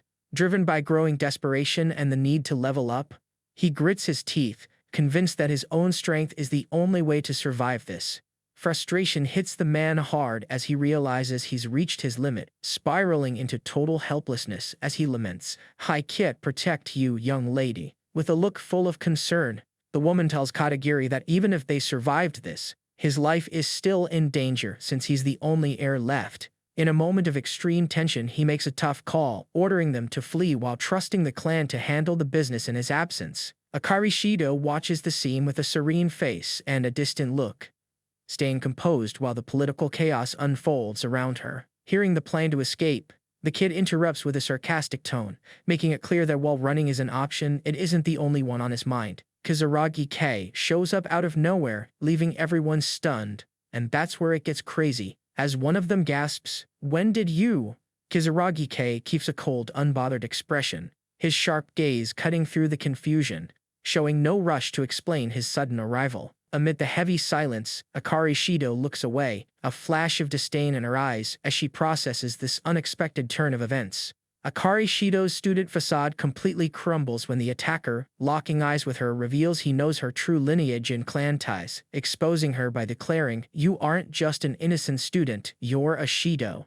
That reveal forces Akari to show her true self, revealing a visceral, scarlet mark branded on her skin that confirms her undeniable link to the Shido bloodline. A terrifying vision follows. Akari seems to sink into a spiritual abyss, surrounded by distorted specters that seal her fate, claiming her body is already marked, and no matter where she runs, this curse will haunt her forever. In a burst of fury, Katagiri interrupts the stream of revelations, confronting the guy with an order loaded with frustration. "Don't act like you know everything." Holding his ground, the kid raises a laptop showing off the intel he snagged while declaring point-blank, "I've got the client's name." Shock hits the room as the lead stares at Akari, blurting out an incredulous "what?" And that's where it gets good, leaving the Shido heir visibly stunned by the discovery. K reveals he didn't waste a second, having his information specialist crack the data from that pocket watch in a total rush. With an enigmatic smirk while adjusting his gear, he keeps the suspense high and baits Akari with a direct question. "Don't you want to know who sent those funeral flowers after the Shido clan?" Tired of the games and the tense atmosphere, the man cuts him off, demanding he stop stalling and just spit out the name already. "No more stalling." K unlocks a laptop, ready to drop the identity of the culprit who's been pulling the strings. The screen reveals a photo of Kuroki Masaya, a 34-year-old lieutenant of the Shido criminal clan. As a voice asks if anyone recognizes the name just dropped, Katagiri reacts in total disbelief, while a rattled Akari confirms that Kuroki is indeed her clan's lieutenant, explaining he was recruited by her father and climbed the ranks in record time. That meteoric rise gets a heated reaction from the group, as one man looks on with pure hatred, noting that despite his rank, the guy is a total master at raking in cash. Karaki's underworld operations are massive and ruthless, fueled by shady casinos and underground fight rings where money flows without any oversight. His influence is as obvious as his ambition, and since he was an outsider to the clan's core, everyone knew his rise to the top was inevitable given the massive fortune he brings in. Tension hits a breaking point when the lead, fed up with the lieutenant's greed, reflects on the situation and bitterly concludes that apparently, the fact that Kuraki's downfall was just a matter of time wasn't enough to save his victims. A dark cloud looms as the names Dahlia and Lycoris are mentioned, confirming the presence of the feared assassin duo whose reputations precede them. Their true identity is finally laid out. They belong to the Garden Organization, the same group that uses funeral flowers as a calling card, forming a sinister alliance that wiped out the boss and the old guard. The massacre didn't spare anyone. The Garden's brutality extended even to the boss's daughter, who was eliminated alongside the rest of the Shido leadership. Kuroki Masaya's real plan is crystal clear. He orchestrated every move to usurp the throne, intending to use the Shido clan's power to unite the entire underworld under his iron grip. Visuals of the expansion plan reveal Kuroki Masaya's ambition to bring the entire underworld under the Garden's absolute control. With eyes glowing red in fury, The protagonist cuts the monologue short to declare that his goal is to crush the garden and wipe them out completely, staring her down with zero patience.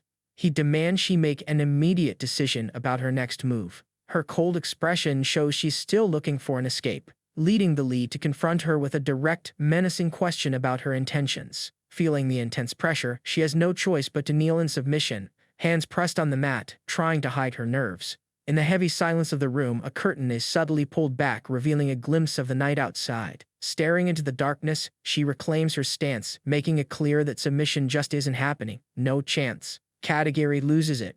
With a face full of shock, he screams a warning to stop her from doing something reckless. "Young mistress, you can't!" Amidst the chaos, she acknowledges her loyalty before dropping a piece of info that's about to change everything. Akari Shido, eyes sharp, calls out the previous pathetic choice, declaring it completely goes against the honor of the Shido clan. Katagiri's face twists in agony, teeth clenched tight, showing he's clearly struggling under some massive, overwhelming pressure. With a calm smile and a wink, Kisaragi K takes off his headpiece, looking totally chill as he says, "Looks like you've made up your mind." Closing her eyes with firm resolve, Akari makes her stance crystal clear.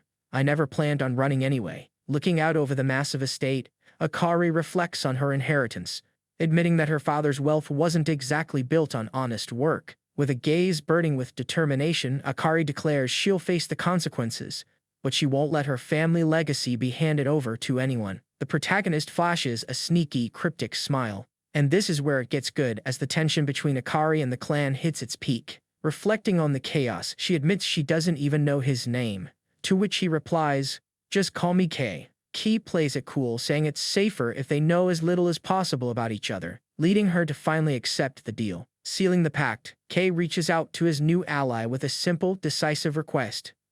"Be my strength in the fight against Kuroki." Akari locks eyes with K, firmly agreeing that her service will be the price for this partnership. With a locked gaze, Akari Shido reaffirms her vow, promising the entire Shido clan will throw every resource they have into taking down Garden. Wearing a calm, confident smile, the guy in the cap watches his new ally, clearly satisfied with how things are shaping up. As the pact locks in, the sheer scale of the situation hits home. Everything Akari owns is officially on the table for this cause. Akari's reach is actually insane, controlling a massive intel network that spans the entire underworld backed by near-infinite funding.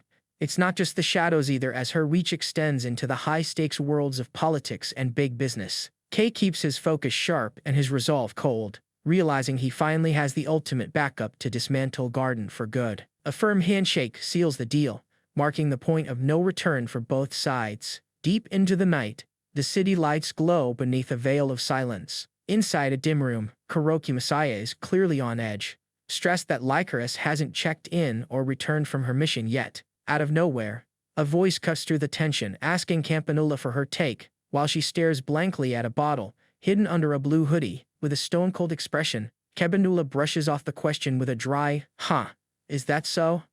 Locking eyes with him, she doubles down, hitting him with a sharp, "That's right," not looking away from his drink. Kuroki Messiah bites back with a tense, "You haven't heard a thing." Clearly annoyed, Campanula doesn't even move from under her hood, firing back, "Babysitting that lady isn't my job, you know." She drops a sarcastic comment about Lycaris, probably being salty over having to take out a student, mocking her overblown pride. And just like that, everything changed. A massive blast rocks the wall right behind them, but Campanula doesn't even blink. Kuroki Messiah snaps, telling them to cut the nonsense and suggesting she might have ended up just like Dahlia. Still hiding under her hood, Campanula throws shade at these so-called top-tier assassins, calling them totally overrated. The pressure hits a breaking point and the guy erupts in a shout, sick of listening to all the trash talk. Patience officially gone, Campanula shuts the conversation down for good, landing a precise, lightning-fast strike on Kuroki Messiah. Caught off guard by that speed, Kuroki Messiah feels the blade biting into his throat, shocked at how his opponent closed the distance without a single sound. With glowing eyes and pure disdain, Campanula makes it clear this help is strictly for the Garden's goals and they aren't his subordinates. Feeling the edge of the blade, Kuroki Messiah lets out a shaky, forced laugh, giving up with a dry, "Yeah, my bad." Campanula slices the air and nicks his neck, pulling back with a cold warning, "That's fine, just watch your tongue next time." The air stays heavy as Campanula walks away in total silence. leaving Kuroki Masaya frozen and trapped in his own head. Shrouded in mystery, Campanula stands in the shadows, that hood hiding his face while his presence puts everyone else on edge. Showing zero interest, Kuroki Masaya just shrugs, calling out that the student's fate doesn't matter to him anymore. The scene shifts to a massive skyscraper at night, where the brutal truth comes out: the old guard is officially gone. With a cold smile, the man in the suit claims Shido is now his, planning to use it to rule the underworld, all while Campanula watches from the dark. And this is where it gets good. Campanula drops the hood, showing a mocking grin as he declares, "In the name of the garden." 2 days pass in the blink of an eye, with night once again falling over that freezing, imposing skyscraper. Moving into a high-end casino, the place is roaring with energy as a guy on a central pillar screams, "Let's go, one more round." The tension hits a breaking point at the table, and the crowd loses it as the wheel lands. 8. Everything hangs in the balance as the cards are flipped, and a wild challenge echoes through the room: double or nothing. Amidst the chaos, a big shot watches with a cigar, a woman in a red dress handing him champagne as they soak in the luxury. Suddenly, a figure strides through the hall, stopping the games with one simple word: "Welcome." The vibe shifts instantly as a woman in a white dress and gloves walks in, flanked by 2 guards, drawing every eye in the room. The man in the suit tracks her every move, his eyes locked on her as she closes the gap. All eyes shift to the VIP room door, where a dark announcement breaks the silence. "It's showtime, Kuroki Masaya." No one saw that coming.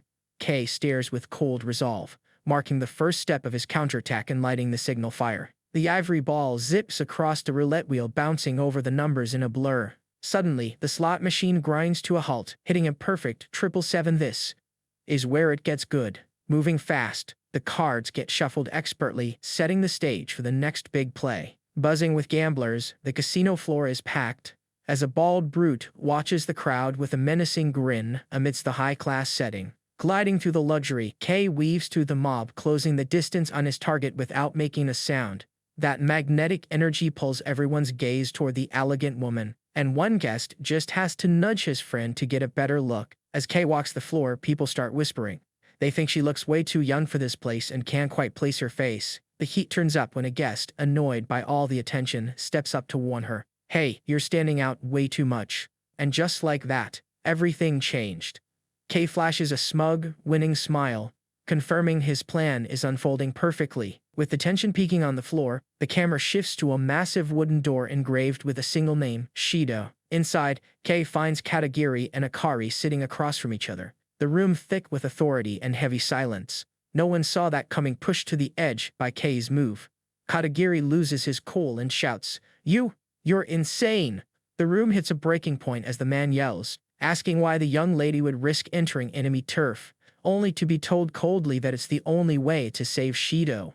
Frustration turns into a rage-filled shout, with the guy barking back that he doesn't need help taking down Kuroki Masaya and can handle the job solo. Totally unfazed, Kei holds his gaze and asks with freezing intensity, "So, what are you gonna do?" The stakes are laid out. If the old guard falls and Kuroki Masaya dies, no one's left to lead, leaving the Shido clan to crumble in a war for succession. Closing his eyes, the man clicks his tongue in pure frustration, finally feeling the weight of the young lady's words on the clan's future. Things hit a critical point as Katagiri questions Akari's strength, hinting that if the heir herself stepped up to handle the traitor, everything might shift. With a steely look, Kei argues that if Akari Shido claims her throne, every member will instantly accept her as the true leader, locking down their loyalty. The pressure is on, and one intense look from Akari reveals she's fully locked and the time for the final decision is here. The talk gets cut off by a direct order for Katagiri to contact Maison Iris and Motamakai.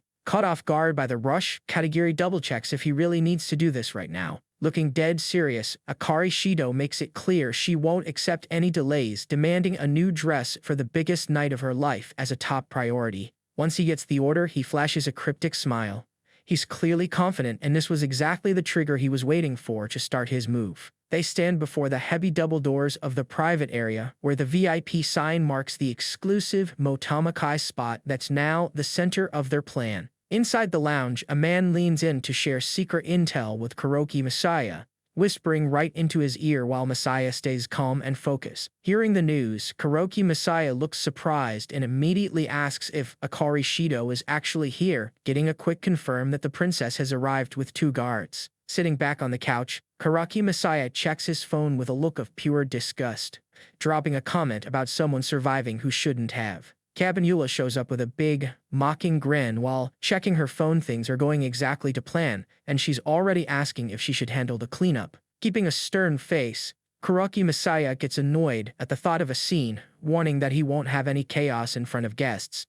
He's not letting anyone trash his territory. Maintaining his authority, Kuroki Messiah tells his guy to treat the new arrival like any other guest, no special treatment, and the guy just gives a quick, "Yes, sir."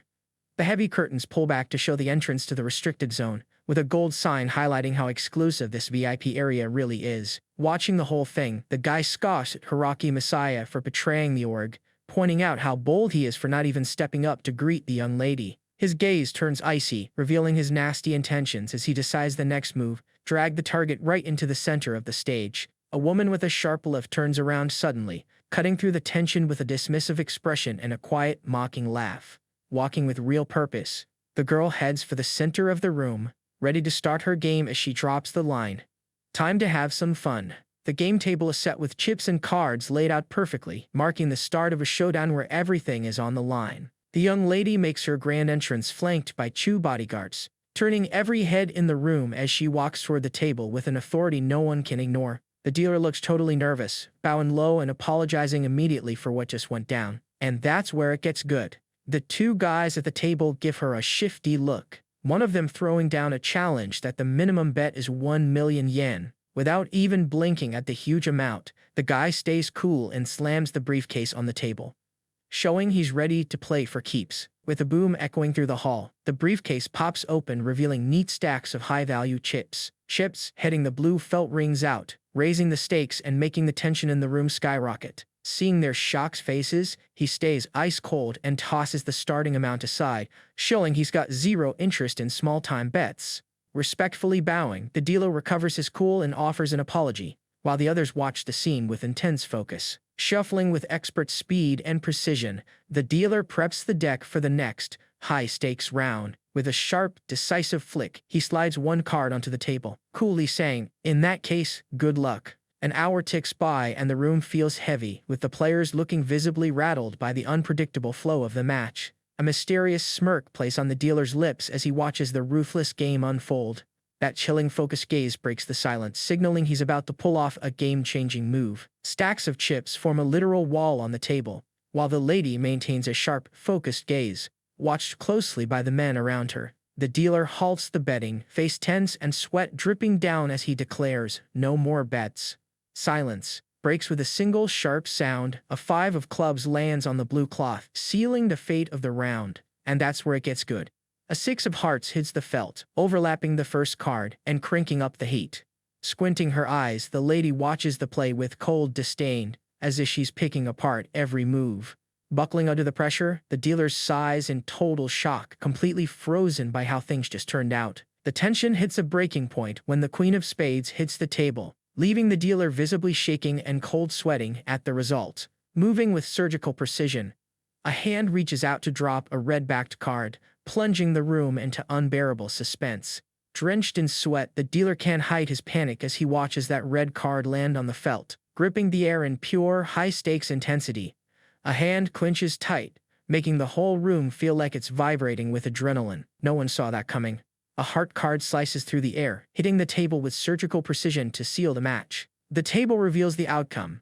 An 8 of hearts lands right next to the Queen and 5 of spades, creating a combo that changes everything. The casino goes wild with the verdict. The dealer busts, and the player takes home the win to massive cheers.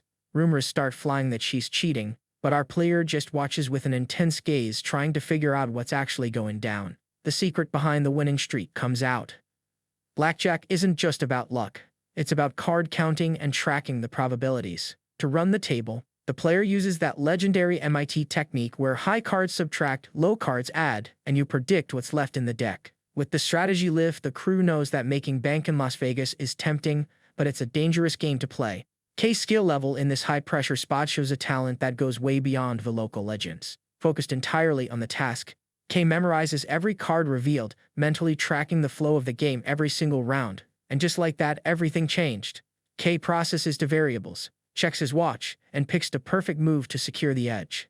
A hidden surveillance network watches every move, beaming strategy updates straight to Akari Shido using light signals. For K, handling complex variables like camera angles and ammo counts is child's play compared to tracking 312 cards across 6 decks. This level of processing power isn't for just anyone, but for someone like Nightshade who's faced death countless times. It's just another day. K makes his move, sliding his chips onto the blue felt with precision, sending the crowd into a total frenzy. The woman keeps her cool, clearly not satisfied with how the game is going, and demands the next card right now. Facing such a flawless play, the dealer is in shock, sweating bullets as the game takes a turn no one saw coming. Trembling in a panic, the dealer mumbles that losing any more means taking the fall for this whole disaster. As the tension hits a breaking point, a voice cuts through the room. "Oh, come on, at least tell me you're coming, Princess Akari." Breaking the silence with a heavy stare, she shifts the atmosphere with a chilling,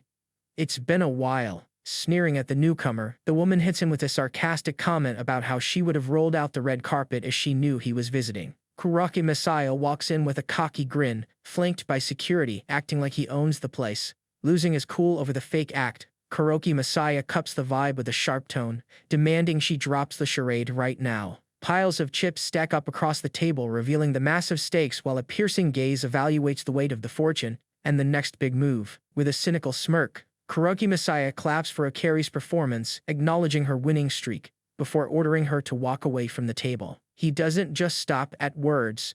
Pulling a 10,000 yen note from his pocket, he offers it with a calculating smile, practically trying to bribe her to leave. Wearing a calm, ironic look, she reaches out for the cash, locking eyes with him while suggesting he buys his friend something nice. Shooting a cold, disdainful glare, the woman fires back that the rat hiding in her father's castle has certainly gotten fat. Basing the sharp jab, Kuroki Messiah flashes a predatory grin, his goatee and dark look highlighting an expression that shows he's loving the tension. Eyes glowing with intensity, she confronts him, asking if he's trying to call the shots with his lackeys, whom she dismissively calls florists. Kuraki's face stiffens, his expression twisted with hostility as the weight of the insult hits.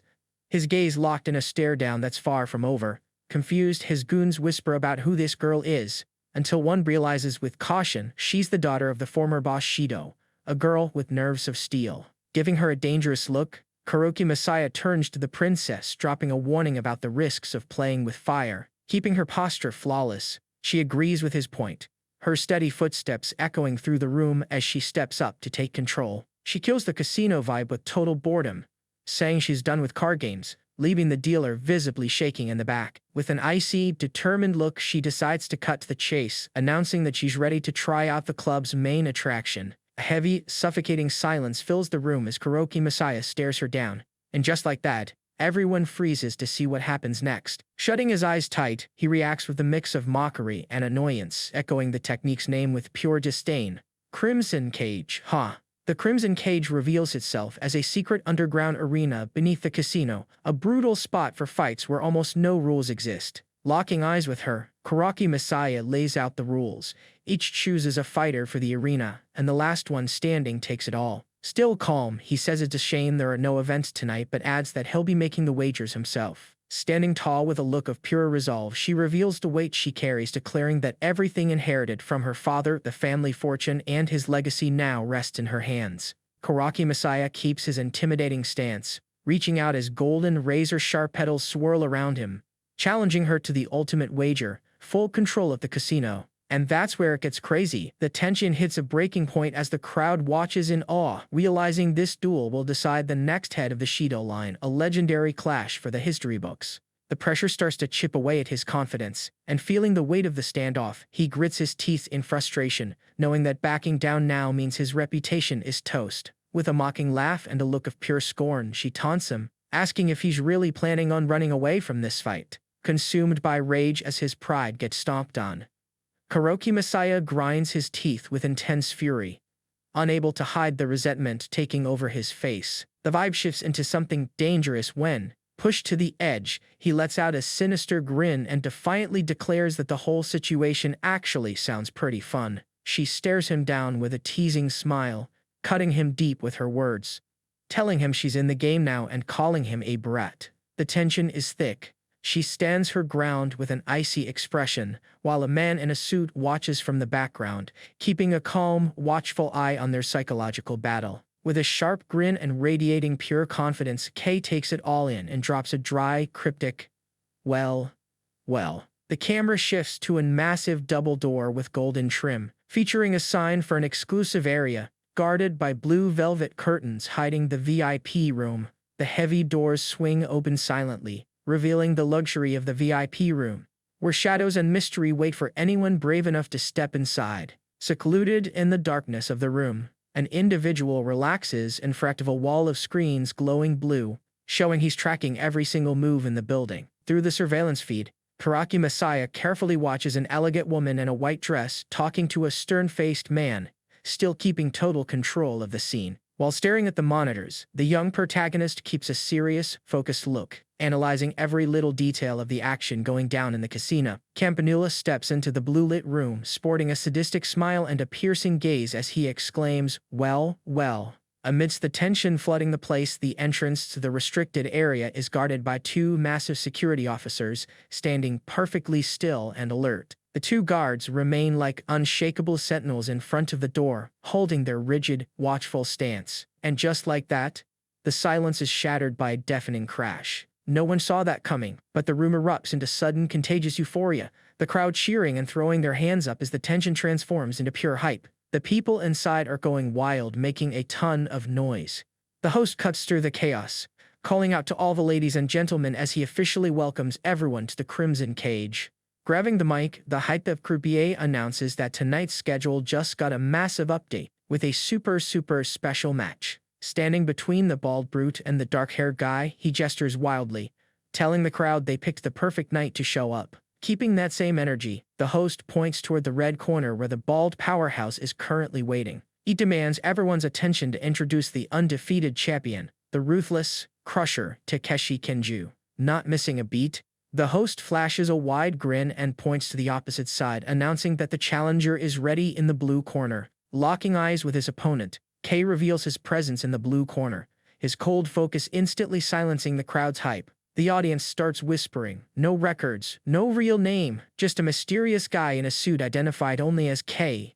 Laughter echoes through the stands as people mock the newcomer, wondering how a guy that thin expects to last even 1 minute against the crusher. While the crowd underestimates him, all eyes turn to Takeshi, the king of the Crimson Cage, whose full-contact karate style has kept him undefeated for years. Disbelief fills the air as fans recall how past opponents ended up hospitalized, leaving everyone questioning if this rookie stands a chance. Even with the giant's reputation looming over him, Kay stays composed, looking him dead in the eye and saying, I know how strong you are, but... Closing his eyes for a second, he drops the bombshell, and that's where it gets crazy. I'm not a fighter. An authoritative voice booms over the arena, setting the ground rules. Weapons are banned, but literally anything else is fair game. Takeshi flashes a predatory grin, his expression showing exactly how much he enjoys the brutality he's about to unleash. Kay keeps his gaze cold and steady, his unshakable expression cranking the tension up to the absolute limit.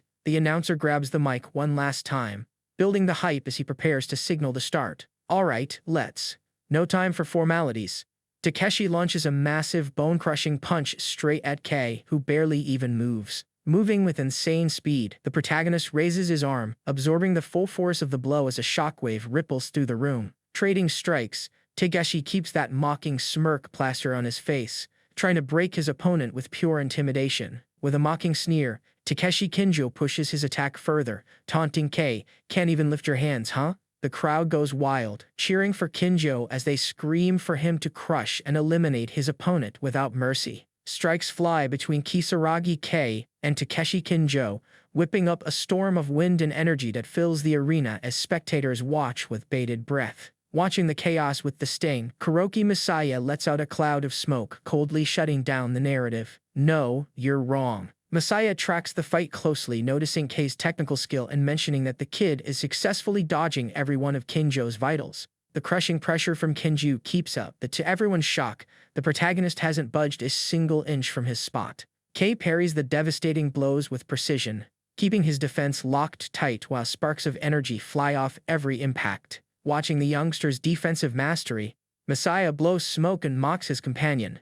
Quite the fun little technique, don't you think? With a cold, piercing gaze, the woman shifts her focus entirely to the arena, maintaining a dead serious expression. Messiah exhales more smoke and warns the princess that the real world is nothing like what she sees on television. His face hardens with absolute focus, holding his guard firm and eyes locked, ready to shut down any move his opponent tries. With a wild, insane grin, Takeshi Kinjo sticks his tongue out, declaring that in a no-rules fight, flashy techniques don't mean a thing. Witnessing the raw intensity, Messiah sighs with disdain, labeling the whole display as nothing but mindless brutality. And that's where it gets crazy. Messiah is mid-sentence when his companion suddenly grabs his arm with a firm, precise grip. Keeping her tone icy and demanding, she cuts the tension, challenging him and promising that once the fight ends, she'll be the one to teach him a lesson. With a cruel smirk and a look of pure malice, the man threatens back, claiming that every pet eventually needs a bit of proper discipline.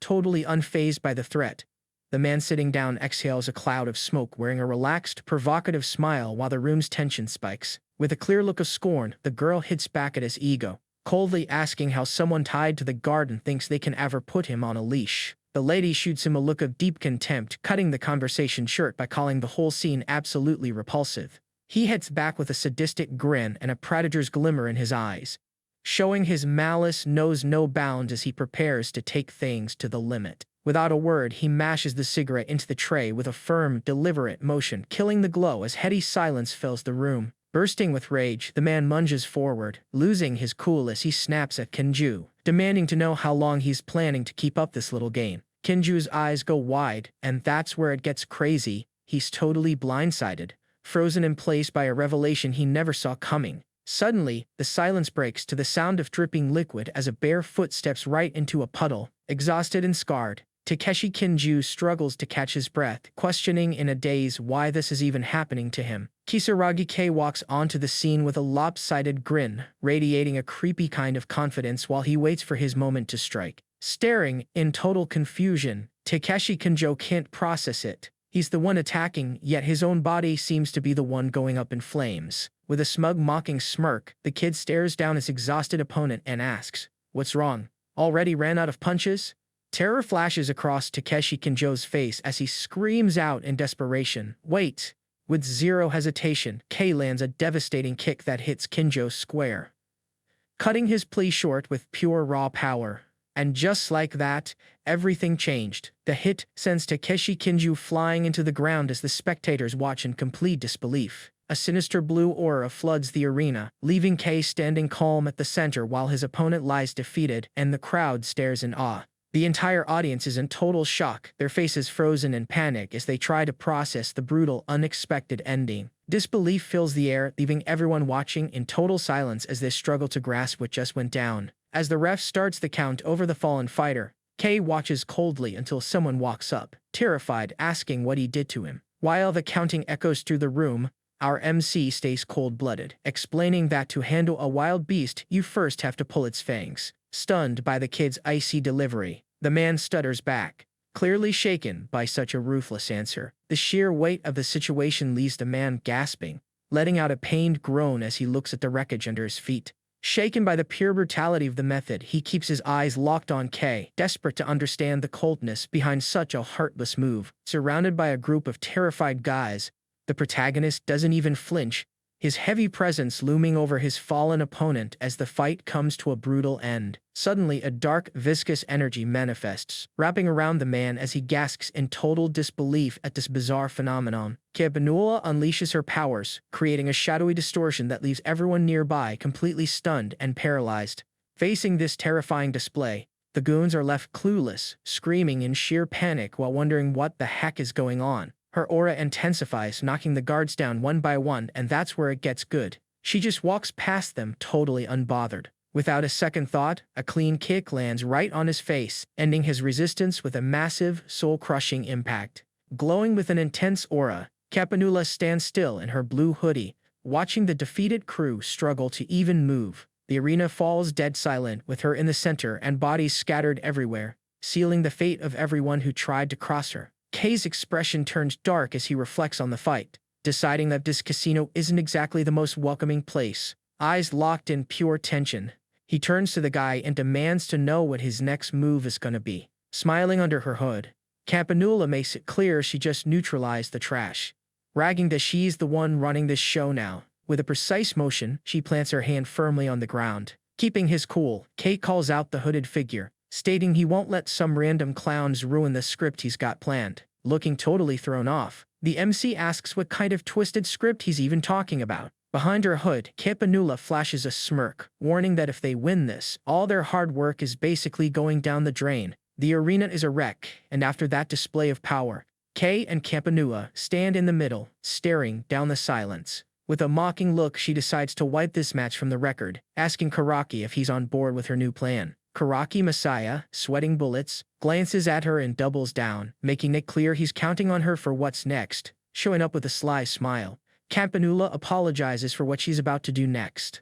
Out of nowhere, Kay lands a devastating high-speed kick, catching her off guard with a sudden spike in power. Seeing the technical perfection of the strike, the boy watches closely, realizing that hit was aimed straight for the carotid. Impressed by the technique, Campanula grins, analyzing his movements and straight up asking what style of silat he's rocking. Kasoragi K breaks it down, explaining silat is a traditional Southeast Asian martial art, famous for being so practical that elite military units worldwide use it. Continuing his breakdown, he highlights how deep the fighting world goes, ranging from pure striking schools to super complex combat systems. Showing off his versatility, the kid grips a curved blade, prepping a lethal move to prove his skills go way beyond barehanded combat. He holds his stance, aiming his explanation at those who specialize in master-level blade work and joint-locking techniques. Kay's expression darkens, his eyes glowing a deep red. It's a total vibe shift, and he's clearly locked in. Without wasting another second, he moves at blinding speed, unleashing a flurry of precise strikes that cut through the air. Campanula's gaze sharpens beneath her hood, a blue glint in her eyes, showing she's fully focused on how this plays out. And just like that, everything changed. She pins him down instantly as the tension hits a breaking point. Campanula shifts into an impenetrable defense, channeling massive blue energy to repel his assault and block his advance. The impact is brutal, sending her opponent flying backward and losing his footing. A sharp thud echoes as his foot hits the ground, one hand slamming down against the floor to stabilize. Kay's stare turns ice cold, blood trickling from his lip as he realizes this fight has hit a point of no return. No one saw that coming. Kay got pushed back by just one hand, despite handling Kanjo's heavy hits like it was nothing. In the shadows, Kuroki's companion watches with pure suspicion, while Kuroki wears a subtle smirk, clearly plotting his next move. The hero's eyes flare with a predatory red glow, proving his speed and power have shattered every human limit. Blood on his lip and breath heavy, Kay stares down his opponent, finally growling, "You." An oppressive energy takes shape as a glowing floral emblem appears, and a cold voice demands, "Are you one of those funeral flowers?" Campanula emerges wrapped in that heavy aura, offering an enigmatic smile while dismissively confirming she knows exactly who they are. She unleashes a terrifying presence, revealing her true identity alongside the bellflower, the symbol of gratitude. Joining her hands in an ironic thanks, Campanula's eyes glow as she declares with a twisted grin that his last game was the perfect way to wrap out the boring job. While Kay stays on his knees, still processing the clash, Campanula towers over him with a cocky smile, as a third man in a suit appears, watching the tension unfold. Smirking through the blood on his face, the kid flips the script, coldly responding, "No, I'm the one who should be thanking you, Campanula." With a wild look in his eyes, Kay hardens his resolve, declaring that if his opponent is really part of the funeral flowers, he can finally stop holding back and go all out. Campanula keeps that teasing smile while watching him, the scene highlighting the gap between her relaxed vibe and Kay's relentless focus as he preps for a power spike. The guy watching the fight reacts with pure shock,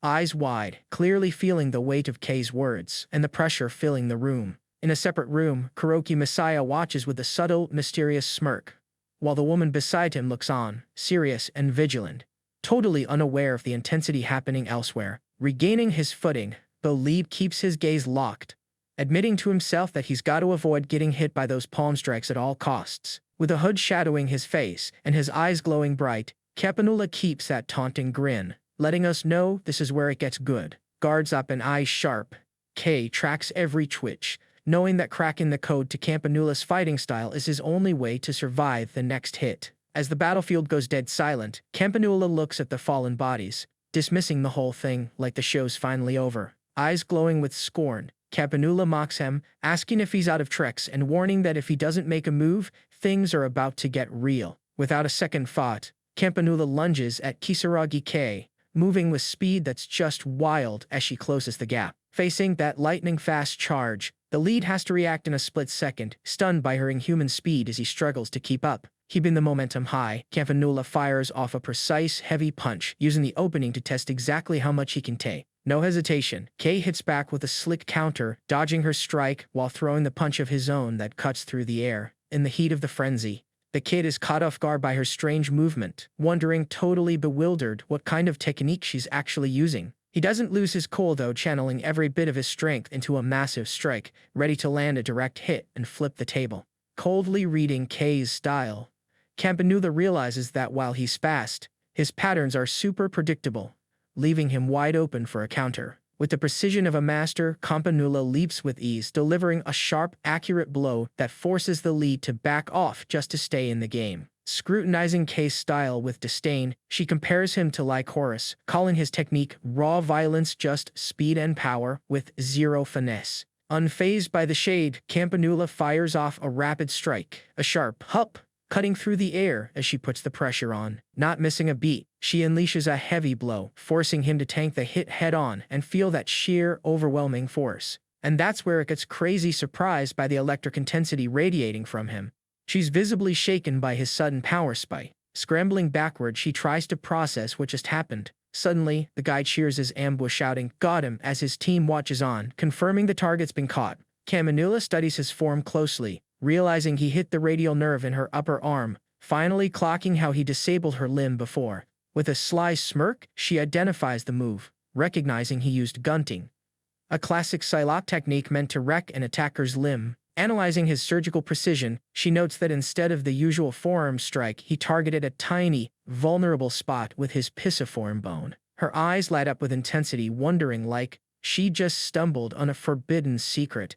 Could it be the law of death? Impressed by her deep knowledge, Kisaragi K flashes a grin, asking if this kind of technical expertise is just common knowledge now. He drops the axe with a dark look, revealing the law of death was an obsession with total annihilation, a forbidden art wiped from history. K explains it was a martial art from Indonesia meant to resist colonial powers. Definitely not a trend, especially since the last master died 17 years ago. Wasting no time on history, he lunges forward, launching his body with everything he's got into a sudden blitz. With a roar of focus, the lead unleashes a powerful dead-on kick, pouring all his momentum into a crushing strike. Campanula somehow tracks the speed, forced to retreat, as his heavy kick slices through the air with insane pressure. He lands a strike of absolute precision, but Campanula manages to dodge it yet again. And just like that, everything changed. K's left in total shock, eyes wide, struggling to grasp what just went down. Seeing K's power, she can't hide her excitement, grinning wide with glowing eyes as she points, dying to see what else he's got. Maintaining his cold, unshakable focus, the lead readies another direct strike, clicking his tongue in annoyance at her persistence. K charges in ruthlessly, unleashing an energy-packed strike that creates a blinding flash over Campanula, who stands his ground under the crushing pressure. Amidst the blur of rapid strikes, Campanula keeps a calm expression and an enigmatic smirk, moving with supernatural agility that leaves multiple afterimages clearly. The intensity of the fight is just fun for him, visibly stunned by the flawless dodges. K can't process how his opponent is slipping past every blow so naturally, questioning the logic behind such effortless movement. In a moment of absolute focus, the truth behind combat mastery is revealed. Elite martial artists read the tells, like subtle shifts in center of gravity or eye movements, to anticipate every strike before it happens. Processing this kind of data in mere milliseconds allows a fighter to reach the ultimate level of anticipation, predicting an opponent's next move with total accuracy. Attention shifts to precise footwork, highlighting that without total control over one's center of gravity, it'd be impossible to keep up with an exchange happening in split seconds.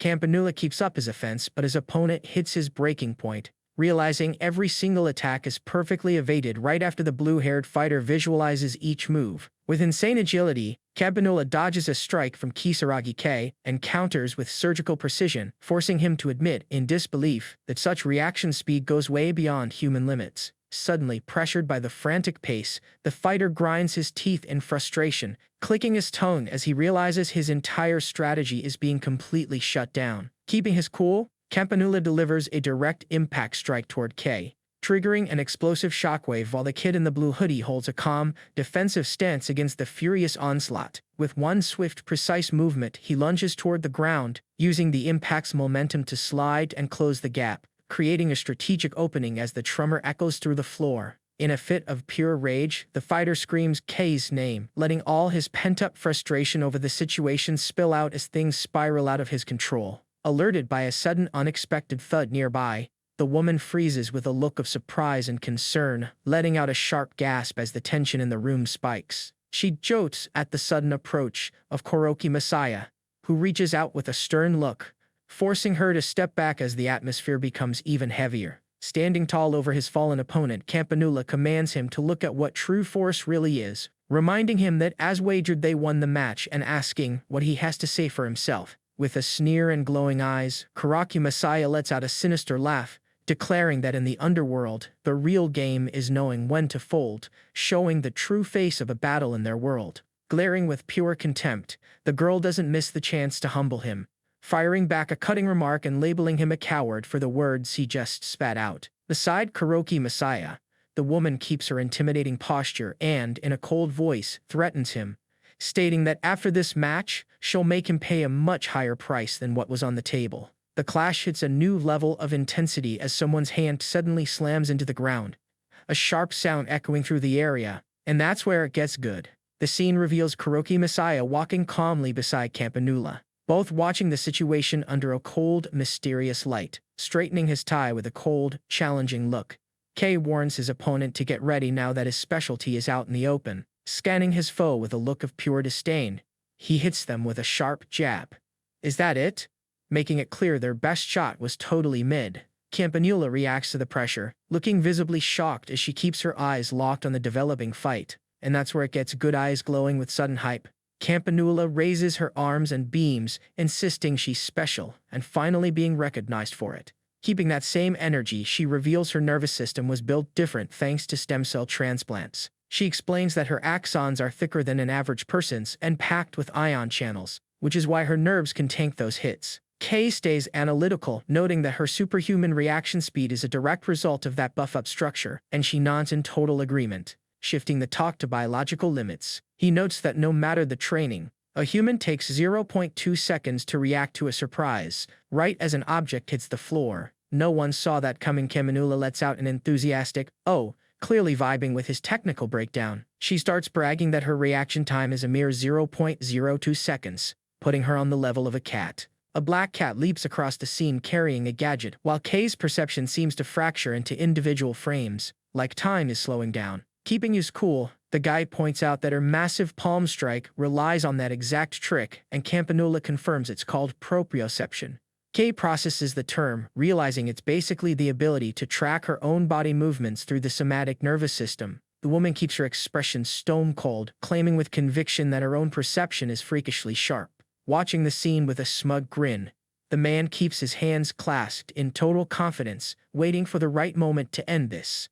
Campanula pulls off the technique perfectly, feeling every path of force in her body to focus all her power into one point without wasting an ounce. She reflects on how martial artists chase Fa Jin for that legendary explosive power, and boasts that for her, it's as easy as breathing. Kay looks down at the defeated opponent, remarking that while it's impressive, Dahlia and Lycoris are stuck being forever limited by their human fragility. Lycoris and Nightshade appear with a look of total superiority, casting a glance of pure contempt at the scene and calling the whole effort pathetic. The lead character smirks, admitting he can't argue with that, while sarcastically asking if those eyes of theirs aren't just a massive headache in their daily lives. Campanula, eyes glowing beneath the hood, cuts the chatter short with a confused look and a single, puzzled question. Kay keeps that smirk, asking if their perception is so high that reality looks like a choppy 24 frames per second flipbook to them.